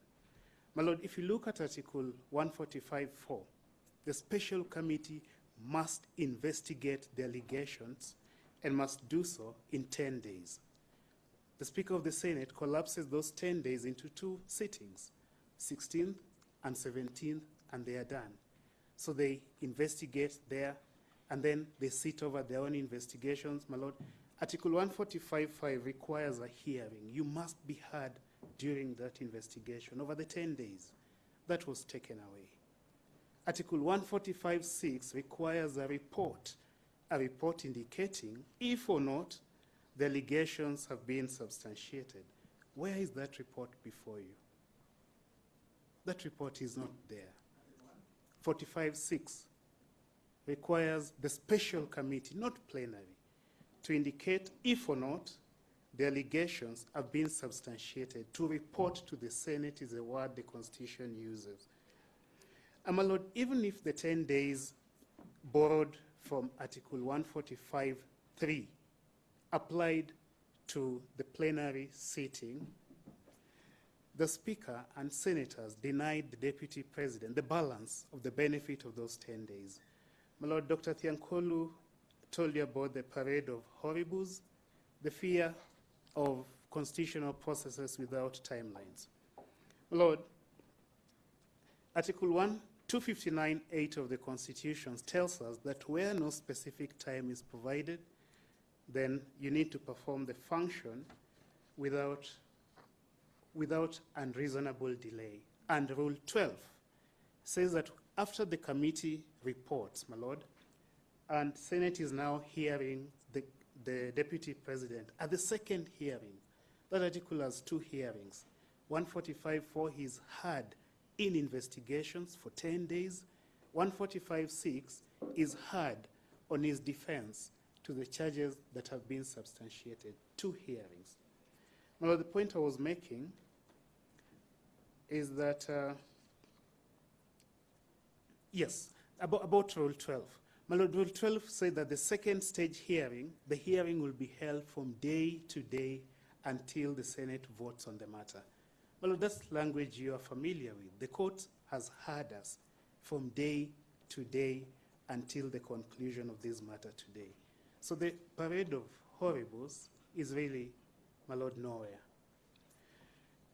And my Lord, because of that cascading failure, the failure to form a crucial committee that we can see in all constitutional drafts, that we can see in all democratic countries, the inquiry panel, you being addressed on Falafala, but they don't have to tell you about that there's a mandatory inquiry panel in South Africa that also investigates, the House Judiciary Committee that also investigates in the US. My Lord, not to rehash my primary arguments,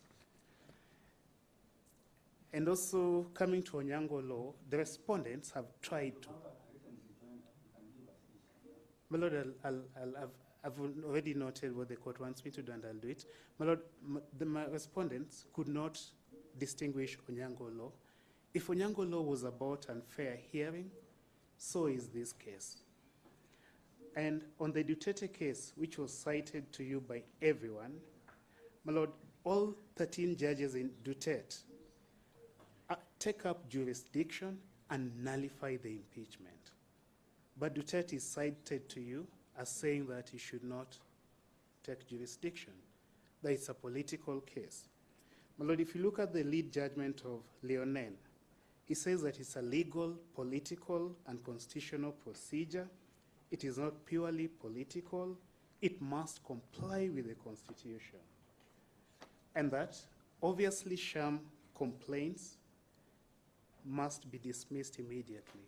These involved sham complaints that needed to be dismissed immediately. My Lord, the decision that is cited to you is the decision of Hernando J., one of the judges who write separate opinions, and it is his obiter dictum. His ratio decidendi concurs with the majority that the court not only has jurisdiction, but that impeachment is also a legal process. My Lord, what they cite to you as the court's decision is the court's framing of issues. The court is saying, here in this case, you have challenged how this was done. We will not tell Senate how to handle the merits. We will not speak about the merits. It was not the ratio of Hernando J. in the Duterte case. My Lord, the jurisprudential gods must be crazy. On 8th of May 2026, while my learned friend, Professor Gideon Mugai, took the podium to tell you that you should shirk jurisdiction, the EFF court was delivering its decision asserting jurisdiction, both over the process and over the vote of the National Assembly. That's precisely what you are told not to do. You're told don't substitute your judgment over the vote, supermajoritarian vote of Parliament. Well, that decision, you won't believe it, at paragraph 49, also interpreted the word may, Maya Chief Justice, in the EFF case, the Falafala judgment. And she says, I quote, that may does not always imply the existence of a discretion. My Lord, Maya also says at paragraph 38 that the Constitution itself requires judicial intervention by the court. My Lord, 3 months before Maya, the Lesotho case that has been cited to you also took up jurisdiction over Parliament and directed Parliament to enact the legislation. And my Lord, how ironical the law is sometimes. The word may also came up in that decision. The word that you're now being told means discretion in all cases, even if interpreting it as discretionary leads to absurdities of untold proportions. In that case, the Lesotho case, Mojapela case, my Lord, the court held that although may generally connotes discretion, you must look at its purpose. Remember here you're being told that the Constitution is a dead letter law. Don't look at its intention. Don't look at its purpose. Interpret it like a mortgage. My Lord, my learned friend, Dr. Thiankolu, took the stand and told you that no country has ever interpreted may to mean shall. He cited Australia. And I wondered if it looked at our further bundle of authorities. We have a case from Australia saying the same thing that our court has also said, that whether may is permissive or mandatory depends on the context. My Lord, we've cited to you in our further bundle the case of Sony Holdings versus Registrar of Trademarks, Court of Appeal, 2015, Kenya law, National Assembly versus Sokoiti, Court of Appeal, 2024, Kenya law, Peter Muturi Njuguna versus Kenya Wildlife Service, 2017, Court of Appeal, Mayor Agri-Traders versus EcoBank Kenya Limited, Court of Appeal, 2020. In short, we've cited to you purely Court of Appeal decisions, saying that whether may is discretionary or mandatory depends on the context. My Lord, so look at Article 145, make the may discretionary, and look at the cascading failure. Look at Article 145, 3b, make the may as mandatory. A committee must investigate these charges and look at the effect. My Lord, that article is simply sequential National Assembly cites to you the authority of Helen Santhaki, saying that the semicolon coordinates related sentences which belong together, yet are slightly separate. There is not only a semicolon, but also an and. So that authority cited by the National Assembly applies even with greater force here. My Lord, that article just says that after you've done 145.3a, do the 145.3b, the and. Professor Ojenda did not even mention that article once in his submission. My Lord, allow me to move to another issue,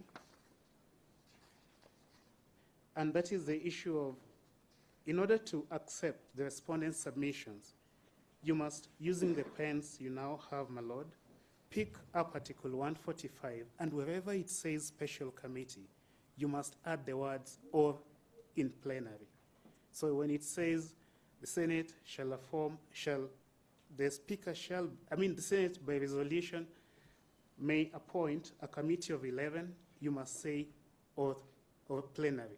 May appoint the House in plenary or the special committee. When it says the special committee shall investigate, you must add there, my Lord, or the House in plenary, the committee or the House in plenary. When it says the special committee shall hear the Deputy President during the investigations for 10 days, you must say the House in plenary or the special committee of 11. My Lord, Professor Ojenda substituted that special committee of 11 with the House sitting in plenary as 68 members. My Lord, there is a may in Article 168.8 of the Constitution, and this is to show that it depends on context. Professor Dr. Thiankolo, my Lord, maybe that's a prophecy, suggested that, if you interpret the Article 145 may as discretionary, then you must do that in every case where the may appears. There's a may in Article 168.8, my Lord. That may says that a judge aggrieved may appeal the tribunal's decision to the Supreme Court of Kenya. My Lord, we'd laugh out of town. We'd take a moment to laugh if anyone suggested that because that may is there, it is discretionary, and a judge aggrieved by the tribunal's decision to remove them can come to the High Court, can go to the ELRC, can go to the Court of Appeal. Why not? Yes, there's a may there. My Lord, may in law is not always discretionary. Our high school grammar teachers told us, yes, it's discretionary. But my Lord, they were not teaching us legal language or interpretation. There's another may in Article 163.6 of the Constitution. Now that may is discretionary. It's about the jurisdiction of the Supreme Court. My Lord, the case from Lesotho told us that may can confer a discretion or can confer a duty and a power. So the Supreme Court has discretion to give advisory opinions under the may in Article 163.6. But it has a duty and a power under Article 168.8 to hear judges aggrieved by the decision to remove them. My Lord, my last issue is this one, and this is about the drafting history of Article 145.3b and the way it conclusively addresses this dispute. My Lord, earlier drafts of Article 145.3b used a conditional if. They said if a motion passes, the motion comes, then senators hear it. Dr. Kamodo told you that they have discretion. They must not always impeach. They hear the motion. They find that it's a blue shoes motion. They vote the motion down, like the one that died on 9th October 2024. The impeachment should have died there. They don't have to appoint the special committee. Why? Because they've exercised the political power you are told they willed to defeat the impeachment motion. It wasn't intended that every impeachment must run all the way to the end and result in an impeachment. Remember, there's 145.1 that has threshold. The senators look at the threshold. they say there's nothing here. Wearing a blue coat is not an impeachable offense. So this motion, we are defeating it. My Lord, earlier drafts, before the politicians came in, used if the motion passes, and then it said the speaker shall. So they're trying to change, okay, speaker alone, you can't do that. Let's bring it to the Senate. So the next draft says, if the motion passes, the Senate shall. About 3 drafts said that. We've given them to you. And then, my Lord, after the failed referendum, negotiations are going on. Again, it's in our further bundle.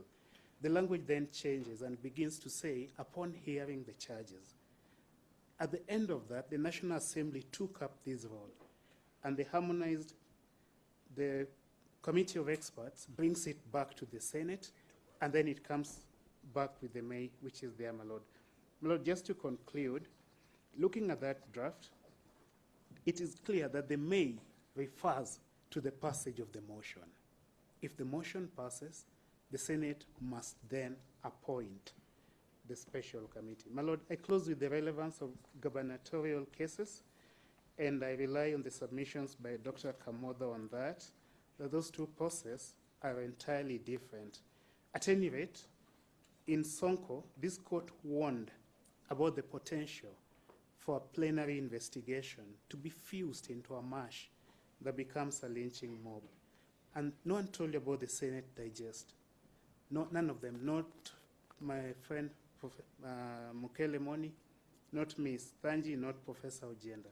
The Senate, in its digest, which we placed on record, recognizes this warning. My Lord, this petition leads to an inevitable outcome, and it's being allowed, my Lord. My Lord, allow me to close by a quote by Shakespeare, that looking at all these, what has happened here, the substantive, the procedural violations, Rigathi Gachagua was a man more sinned against than sinning, like King Lear in Shakespeare. My Lord, may I request you to invite my learned friend, Mr. Masharia.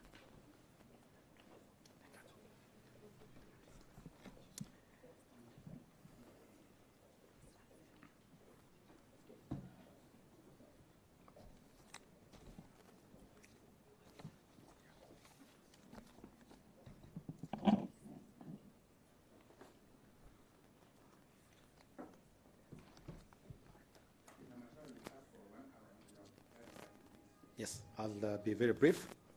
I go straight to deal with summary matters so as not to waste time.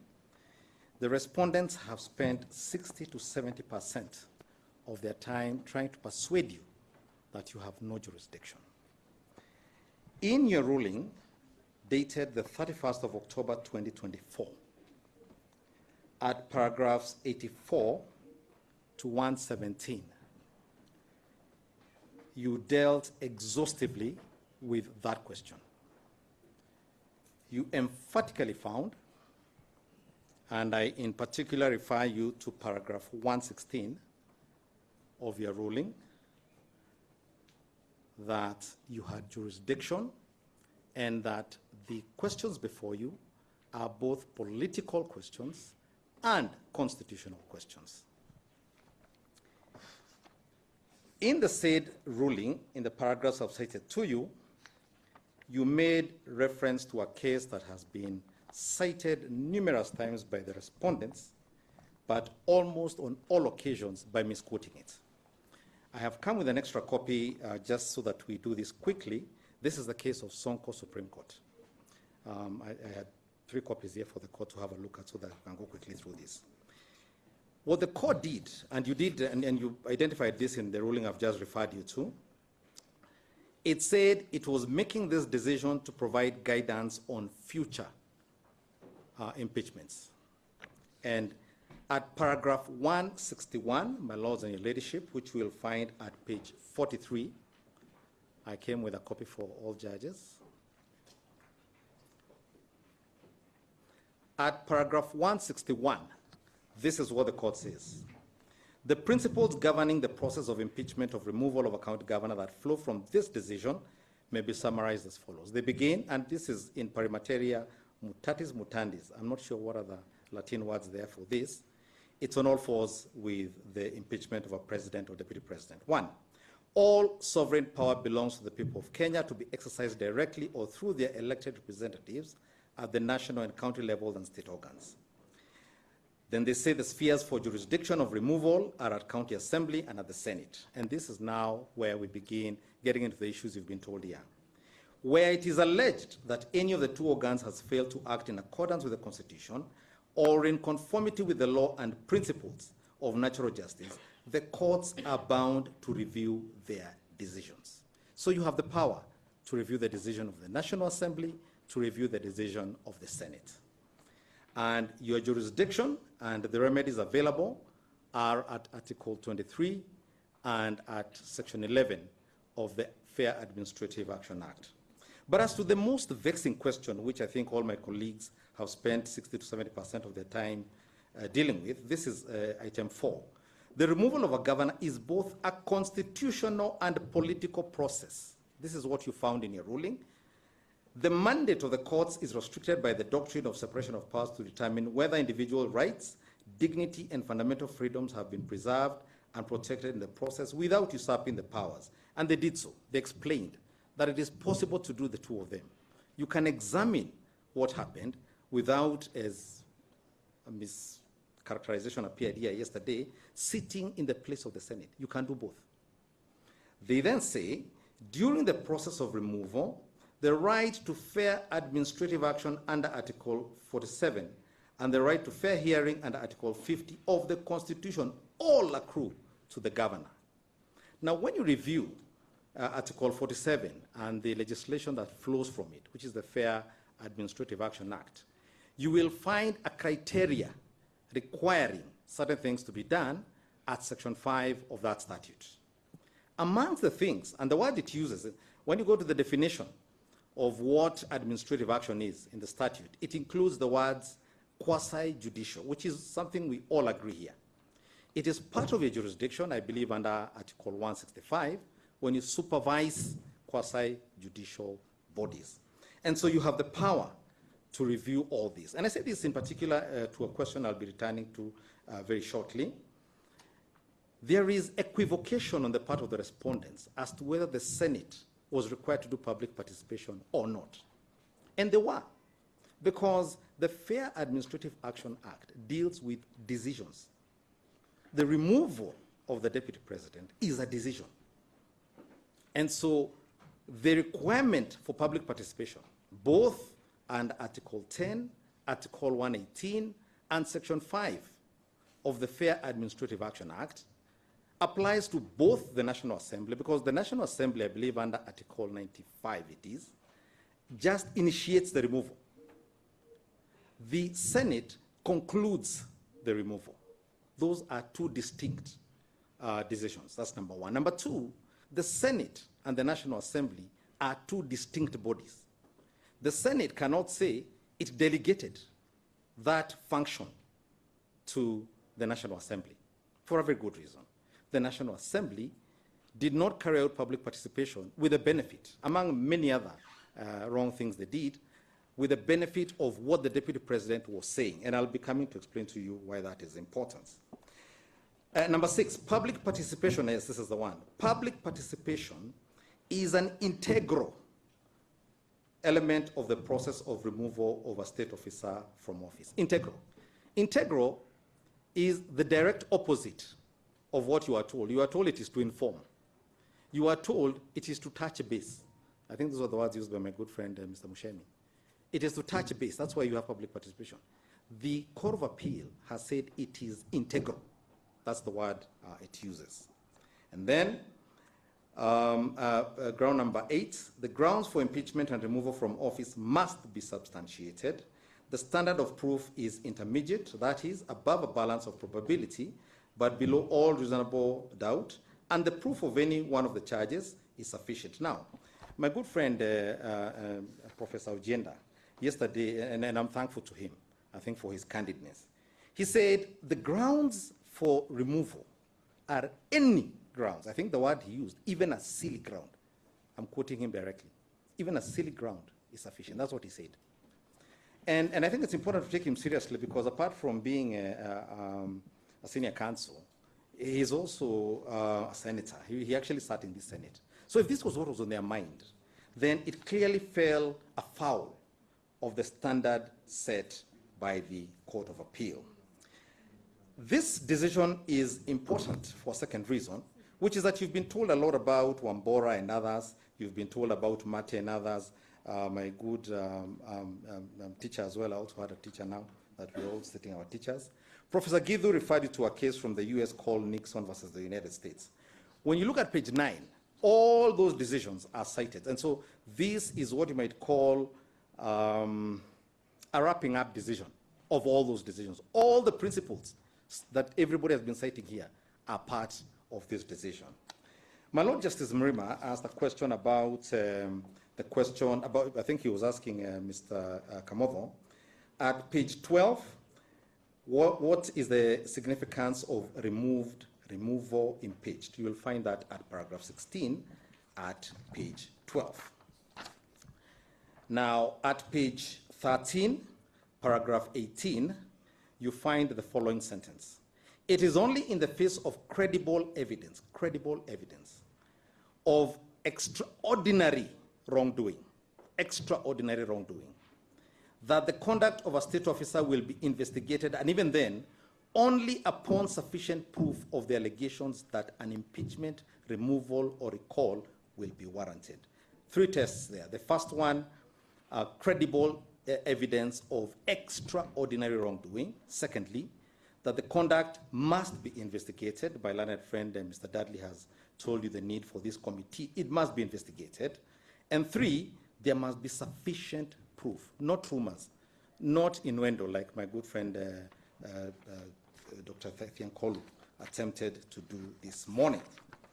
Because that, Your Ladyship, is paragraph 18. You will find it at page 13.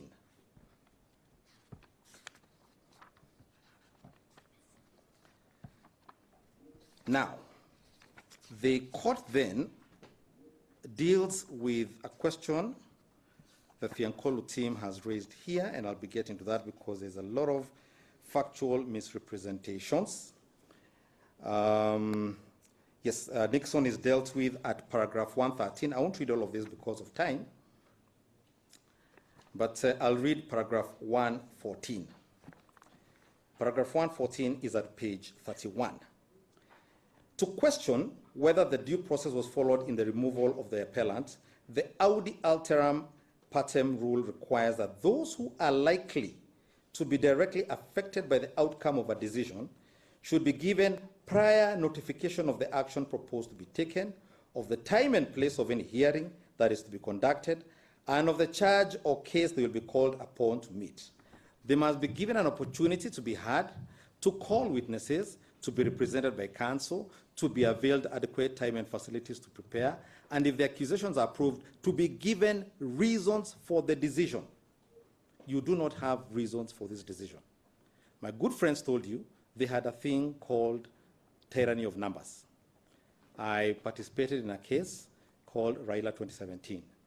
The most memorable line from the court on that occasion was that numbers are not everything.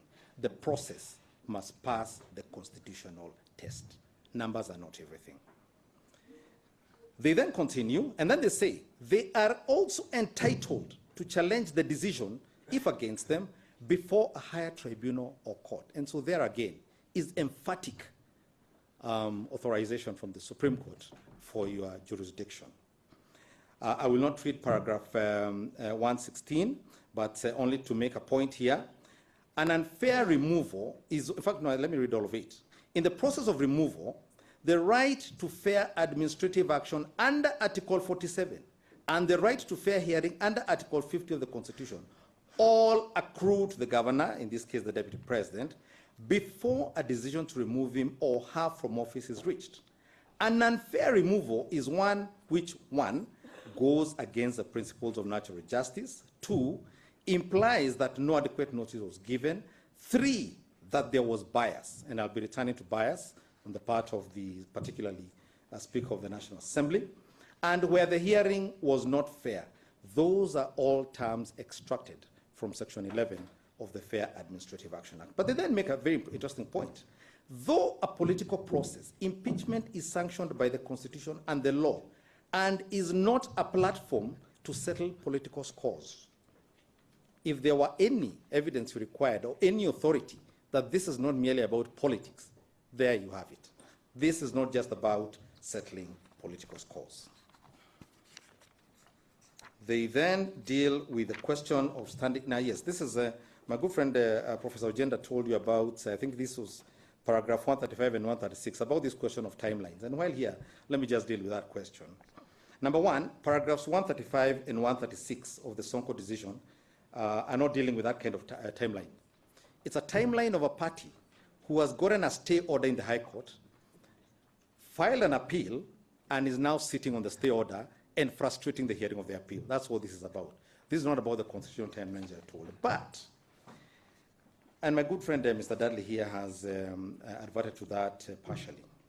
And let me make it clear what our point is. Under Article 145, you have two routes, as they're arguing, even if we were to take the argument for argument's sake. You have the committee route. The Constitution makes it clear the committee has 10 days. It's very clear. To use the words of Professor Githu Muigai, read the text. 10 days committee. After committee, the report of the committee can go two routes. If it does not find the charges to have been substantiated, the matter ends there. If it finds some or all of the charges have been substantiated, it then goes to plenary. Those are the two routes available.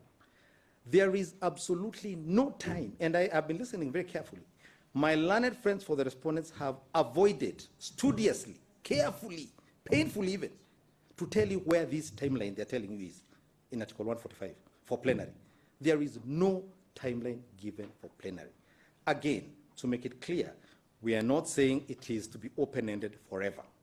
We are saying it must be time that affords you a fair hearing under Articles 47 and Article 50. They refused to do that. I then take you now to the question of public participation and how, but before I go, let me deal with public participation a bit later.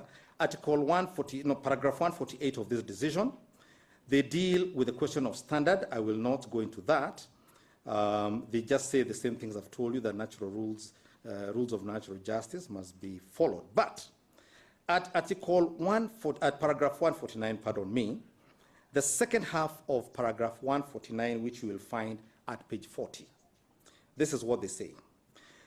The Court of Appeal, in the above case, they are now referring to Ambora, one of the Amboras, also affirmed the elements identified by the High Court as constituting proof of the charges, and they cite them there. One, they must be serious, substantial, and weighty, not silly, as Professor Agenda submitted.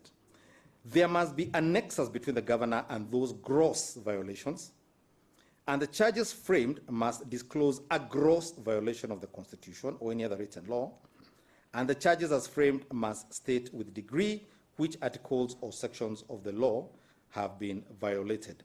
It's an important thing because my friends for the respondents have blown hot and cold. On the one hand, they dip into the substance and tell you, look at this horrible man, he did this, but don't look at that, don't look at that. Yeah, he's a very, very bad man, he did this to his family, he did, but don't look at that, don't look at that. I'm just telling you he's a bad person, but don't look at that, This is what they've been doing, blowing hot and cold. But this is authority for you to descend to the substance, and I'll be showing you where there's even more explicit authority for you to do so. They then, I think, deal with the question of public participation again, a sovereign power at paragraph 156, and they begin answering the question my Lord Judge Ogola has been asking today about what case by case means, and I'll be taking you through that shortly. And you'll read that for yourselves, paragraphs 156, 157, and 158. Now, to deal with a question that was raised about public participation here, before now I get into the substance of it, one of the distinguishing factors of the Sonko case as regards public participation was that public participation was being carried out under COVID rules. And the court therefore says, under those circumstances, it was impossible to do, the sort of wide public participation one might require for the removal of a governor. I'll get that particular paragraph for you. And perhaps that's one of the tests for case by case. In 2024, when the petitioner before you is impeached, we do not have any COVID. We have a lot of time, as I've established, but we have an ungodly hurry and a predetermined. Yes, here we are. Paragraph 146, this is what the court said. Paragraph 146, the very last line. The courts also observed that on account of the restrictions placed on physical and personal public interactions due to the COVID-19 pandemic, all the foregoing avenues satisfied. And those are the ones that were being read out for you here. Email, social media, other things other than physical. That was the reason. We were under COVID, and they explain it there. That's one of the things they explain there. But let me get into this question of public participation. The first thing I think to underscore is that the respondents, and I think I'm referring now to the submissions of my good friend, he's not here. I like honoring all protocols observed, Mr. Gumbo. He's what I think Mr. Mukele calls the Jackworth of their team. At paragraph 294 of their submissions, make the bold and equivocal statement, Senate did not require to conduct public participation. That's why you'll find that submission. They didn't just say it orally. It is in writing in their submissions. Now, we have been referred to here to the BAT case. And I think it's important to identify what it said because it created a criteria at paragraph 96 of that decision. And it gave what the components of meaningful public participation include. It said, number one, clarity of the subject matter for the public to understand. How were the public to understand what they were being asked to approve or not approve? Number one, when the evidence was not attached, because what was attached were just the grounds. That's number one. Number two, they had not heard from the Deputy President to understand what is this issue. What is his response to all these things? As it turns out, some of them in fact, all of them, which was spurious, but even 6 that you keep being told here, were actually dismissed. B, the structures and processes, the medium of engagement of participation must be clear and simple. It took an order by Justice Mwongo to direct that where a Deputy President elected by the entire nation is concerned, this ought to be done at the constituency level. Because these are the people who elected these people. It must go to the constituencies. Under the Constitution of Kenya, the presidential election is not conducted at the national level. The Constitution makes it clear it is conducted at the constituency level. And what happened? Justice Mwongo's order is issued, I believe, on the 4th. On the 5th, which is a Saturday morning, a notice appears in the newspaper. People are attending to the Sabbath. People are going to weddings. People are nursing hangovers from Friday. Who saw these things on a Saturday morning? You're being told, come today. Secondly, you're being told, come to the CDF office, where you normally collect your checks. Your MP has already signed the motion in support. You must ask yourself as a Kenyan, will I ever get another check for my school fees? So even the forum where this was held was biased. You can't have an MP who signed a motion being the one conducting the public participation. Just to get some clarification, are we responding to legal issues or are we then extending the function?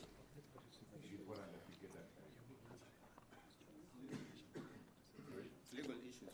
Yes, because my concern is that we're now going to the facts with regard to public participation, as perhaps opposed to just the principles that govern public participation. I think you should address that. All right, I will move on. Mr. Macharia, Yes.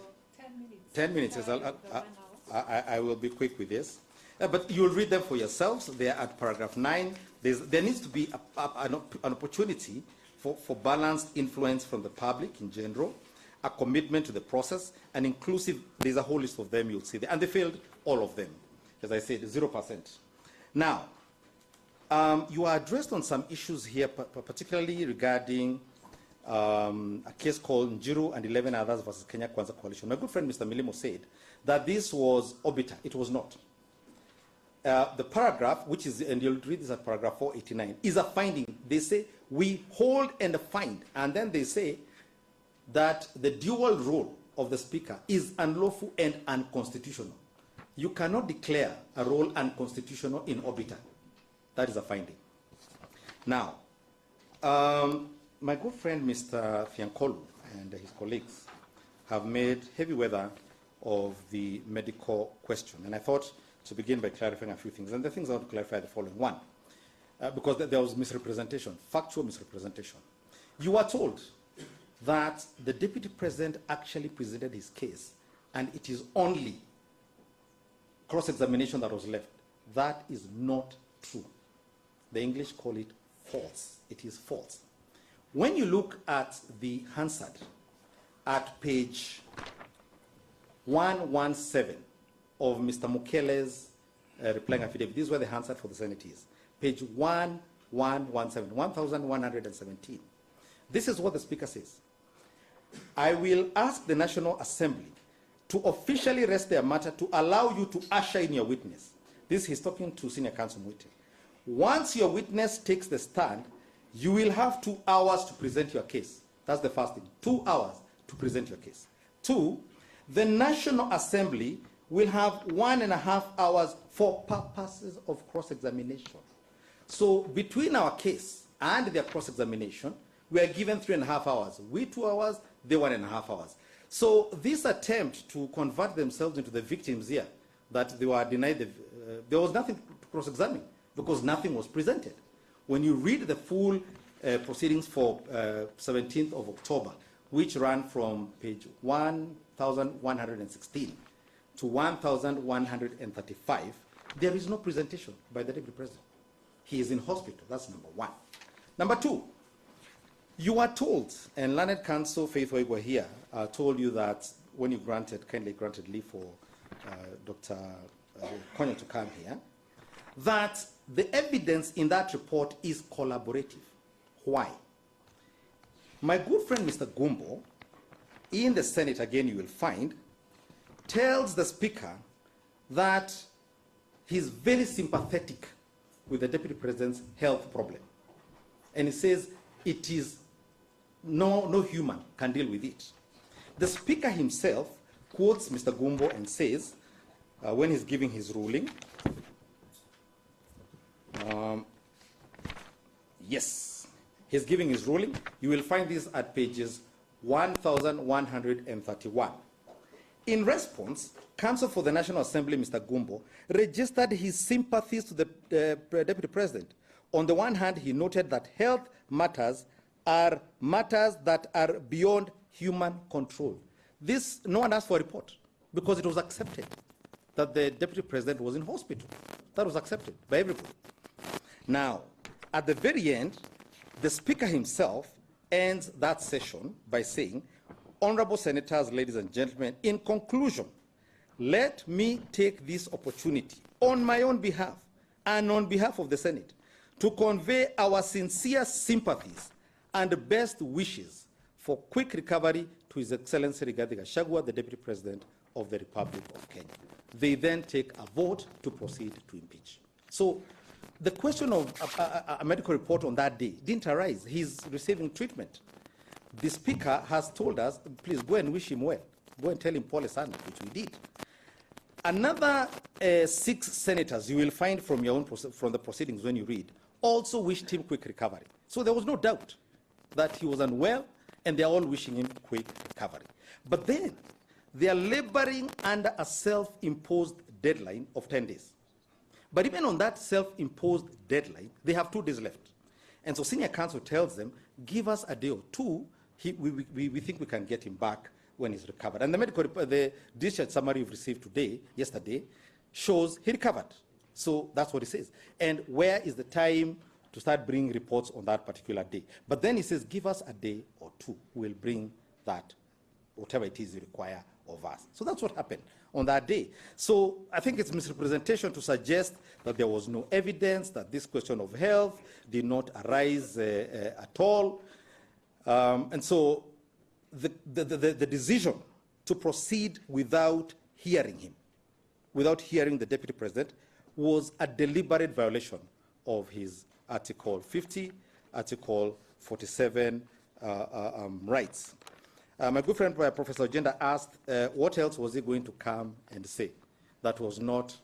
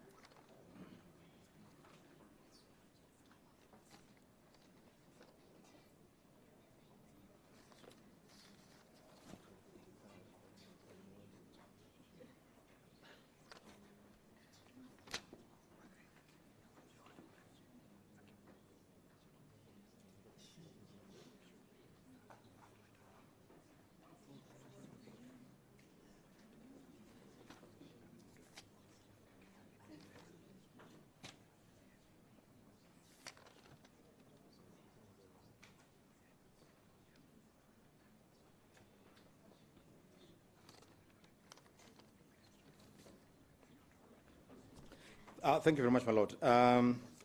I think I want to wrap up now so that I can give some of my colleagues time to come and say a few other things. But allow me to also deal with this summary question. A full cast of horrors has been raised before you. There will be a constitutional crisis. The country will collapse. Everything will come to an end if you do your job. I'm encouraged to you, please do your job, because in the same ruling that you delivered in October 2024, at paragraph 158, we have the following undertaking. This court takes the view that it cannot operate under the assumption that its orders will be disregarded. This country has legal mechanisms to address any acts of disobedience. Moreover, the Attorney General, the head of the bar, through Senior Counsel Professor Githu Muigai, has given an undertaking to comply fully with any orders issued by this court in this matter. If you must award us... I know there was no suggestion in our case that you make orders that are either ineffective or cannot be complied with. The reply cannot be the opportunity to lash the case. It's not another bite at the cherry. And my colleague, because he's a very seasoned advocate, he knows he's pushing the boundaries, but he's also pushing them beyond the elastic limit. The boundaries are not even in view. I'm actually responding to his issue. He told you he has a candidate who will lose because our candidate, our client, will go back to the office. I need to make it very clear. Our client has no interest in their client's office, so maybe they can calm down. But the question that had arisen was, there were questions that there is a long history of disobeying court orders, and that once the office of Deputy President is filled, this is paragraph 157, it would be impossible to remove the appointee even if the petitioners were successful. We are not asking to be returned. We've not. I think I need to make that very, very clear. So I was just making the point. Don't be threatened. Don't be harangued by people with all manner of horrors. Yes, my Lord. I'm not limiting your orders. Well, my Lord, that would be a most happy surprise. We will receive all gifts. We will receive all gifts, my Lord. Yes, we'll receive all gifts.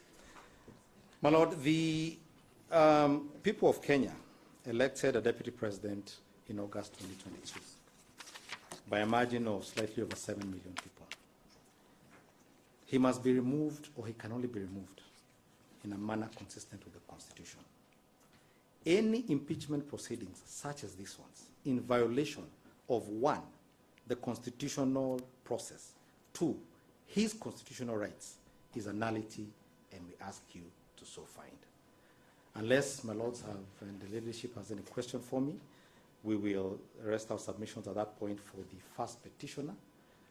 We are most grateful to you for the privilege of your time and for the privilege of your attention. Thank you very much. Thank you.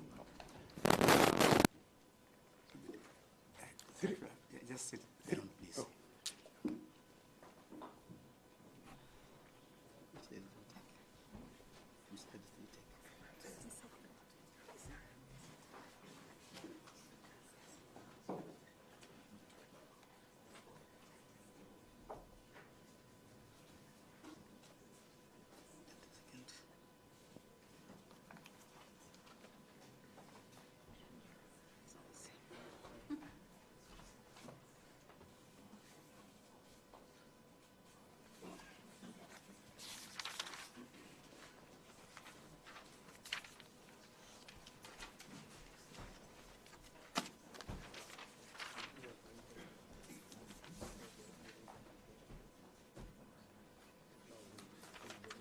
We are not able to proceed beyond now, so we will adjourn the matter to May 22nd at 10 a.m. We are most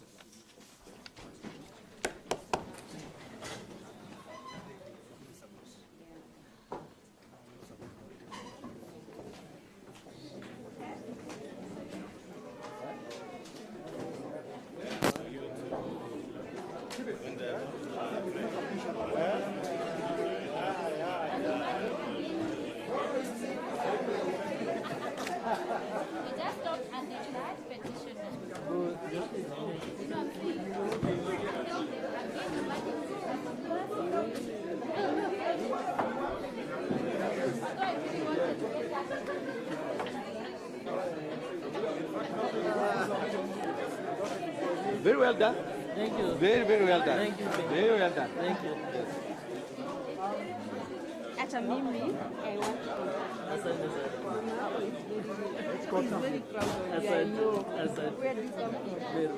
Meru. Yes. Okay. My daughter alikuwa anasomea huko. Oh, alikuwa anasomea huko Meru? Yeah. Ah, very nice. Ah. Asante sana. Hata mimi nimefurahi. Asante sana. I want to like you. Asante. Yes. Utaenda mbali. Asante. Yeah.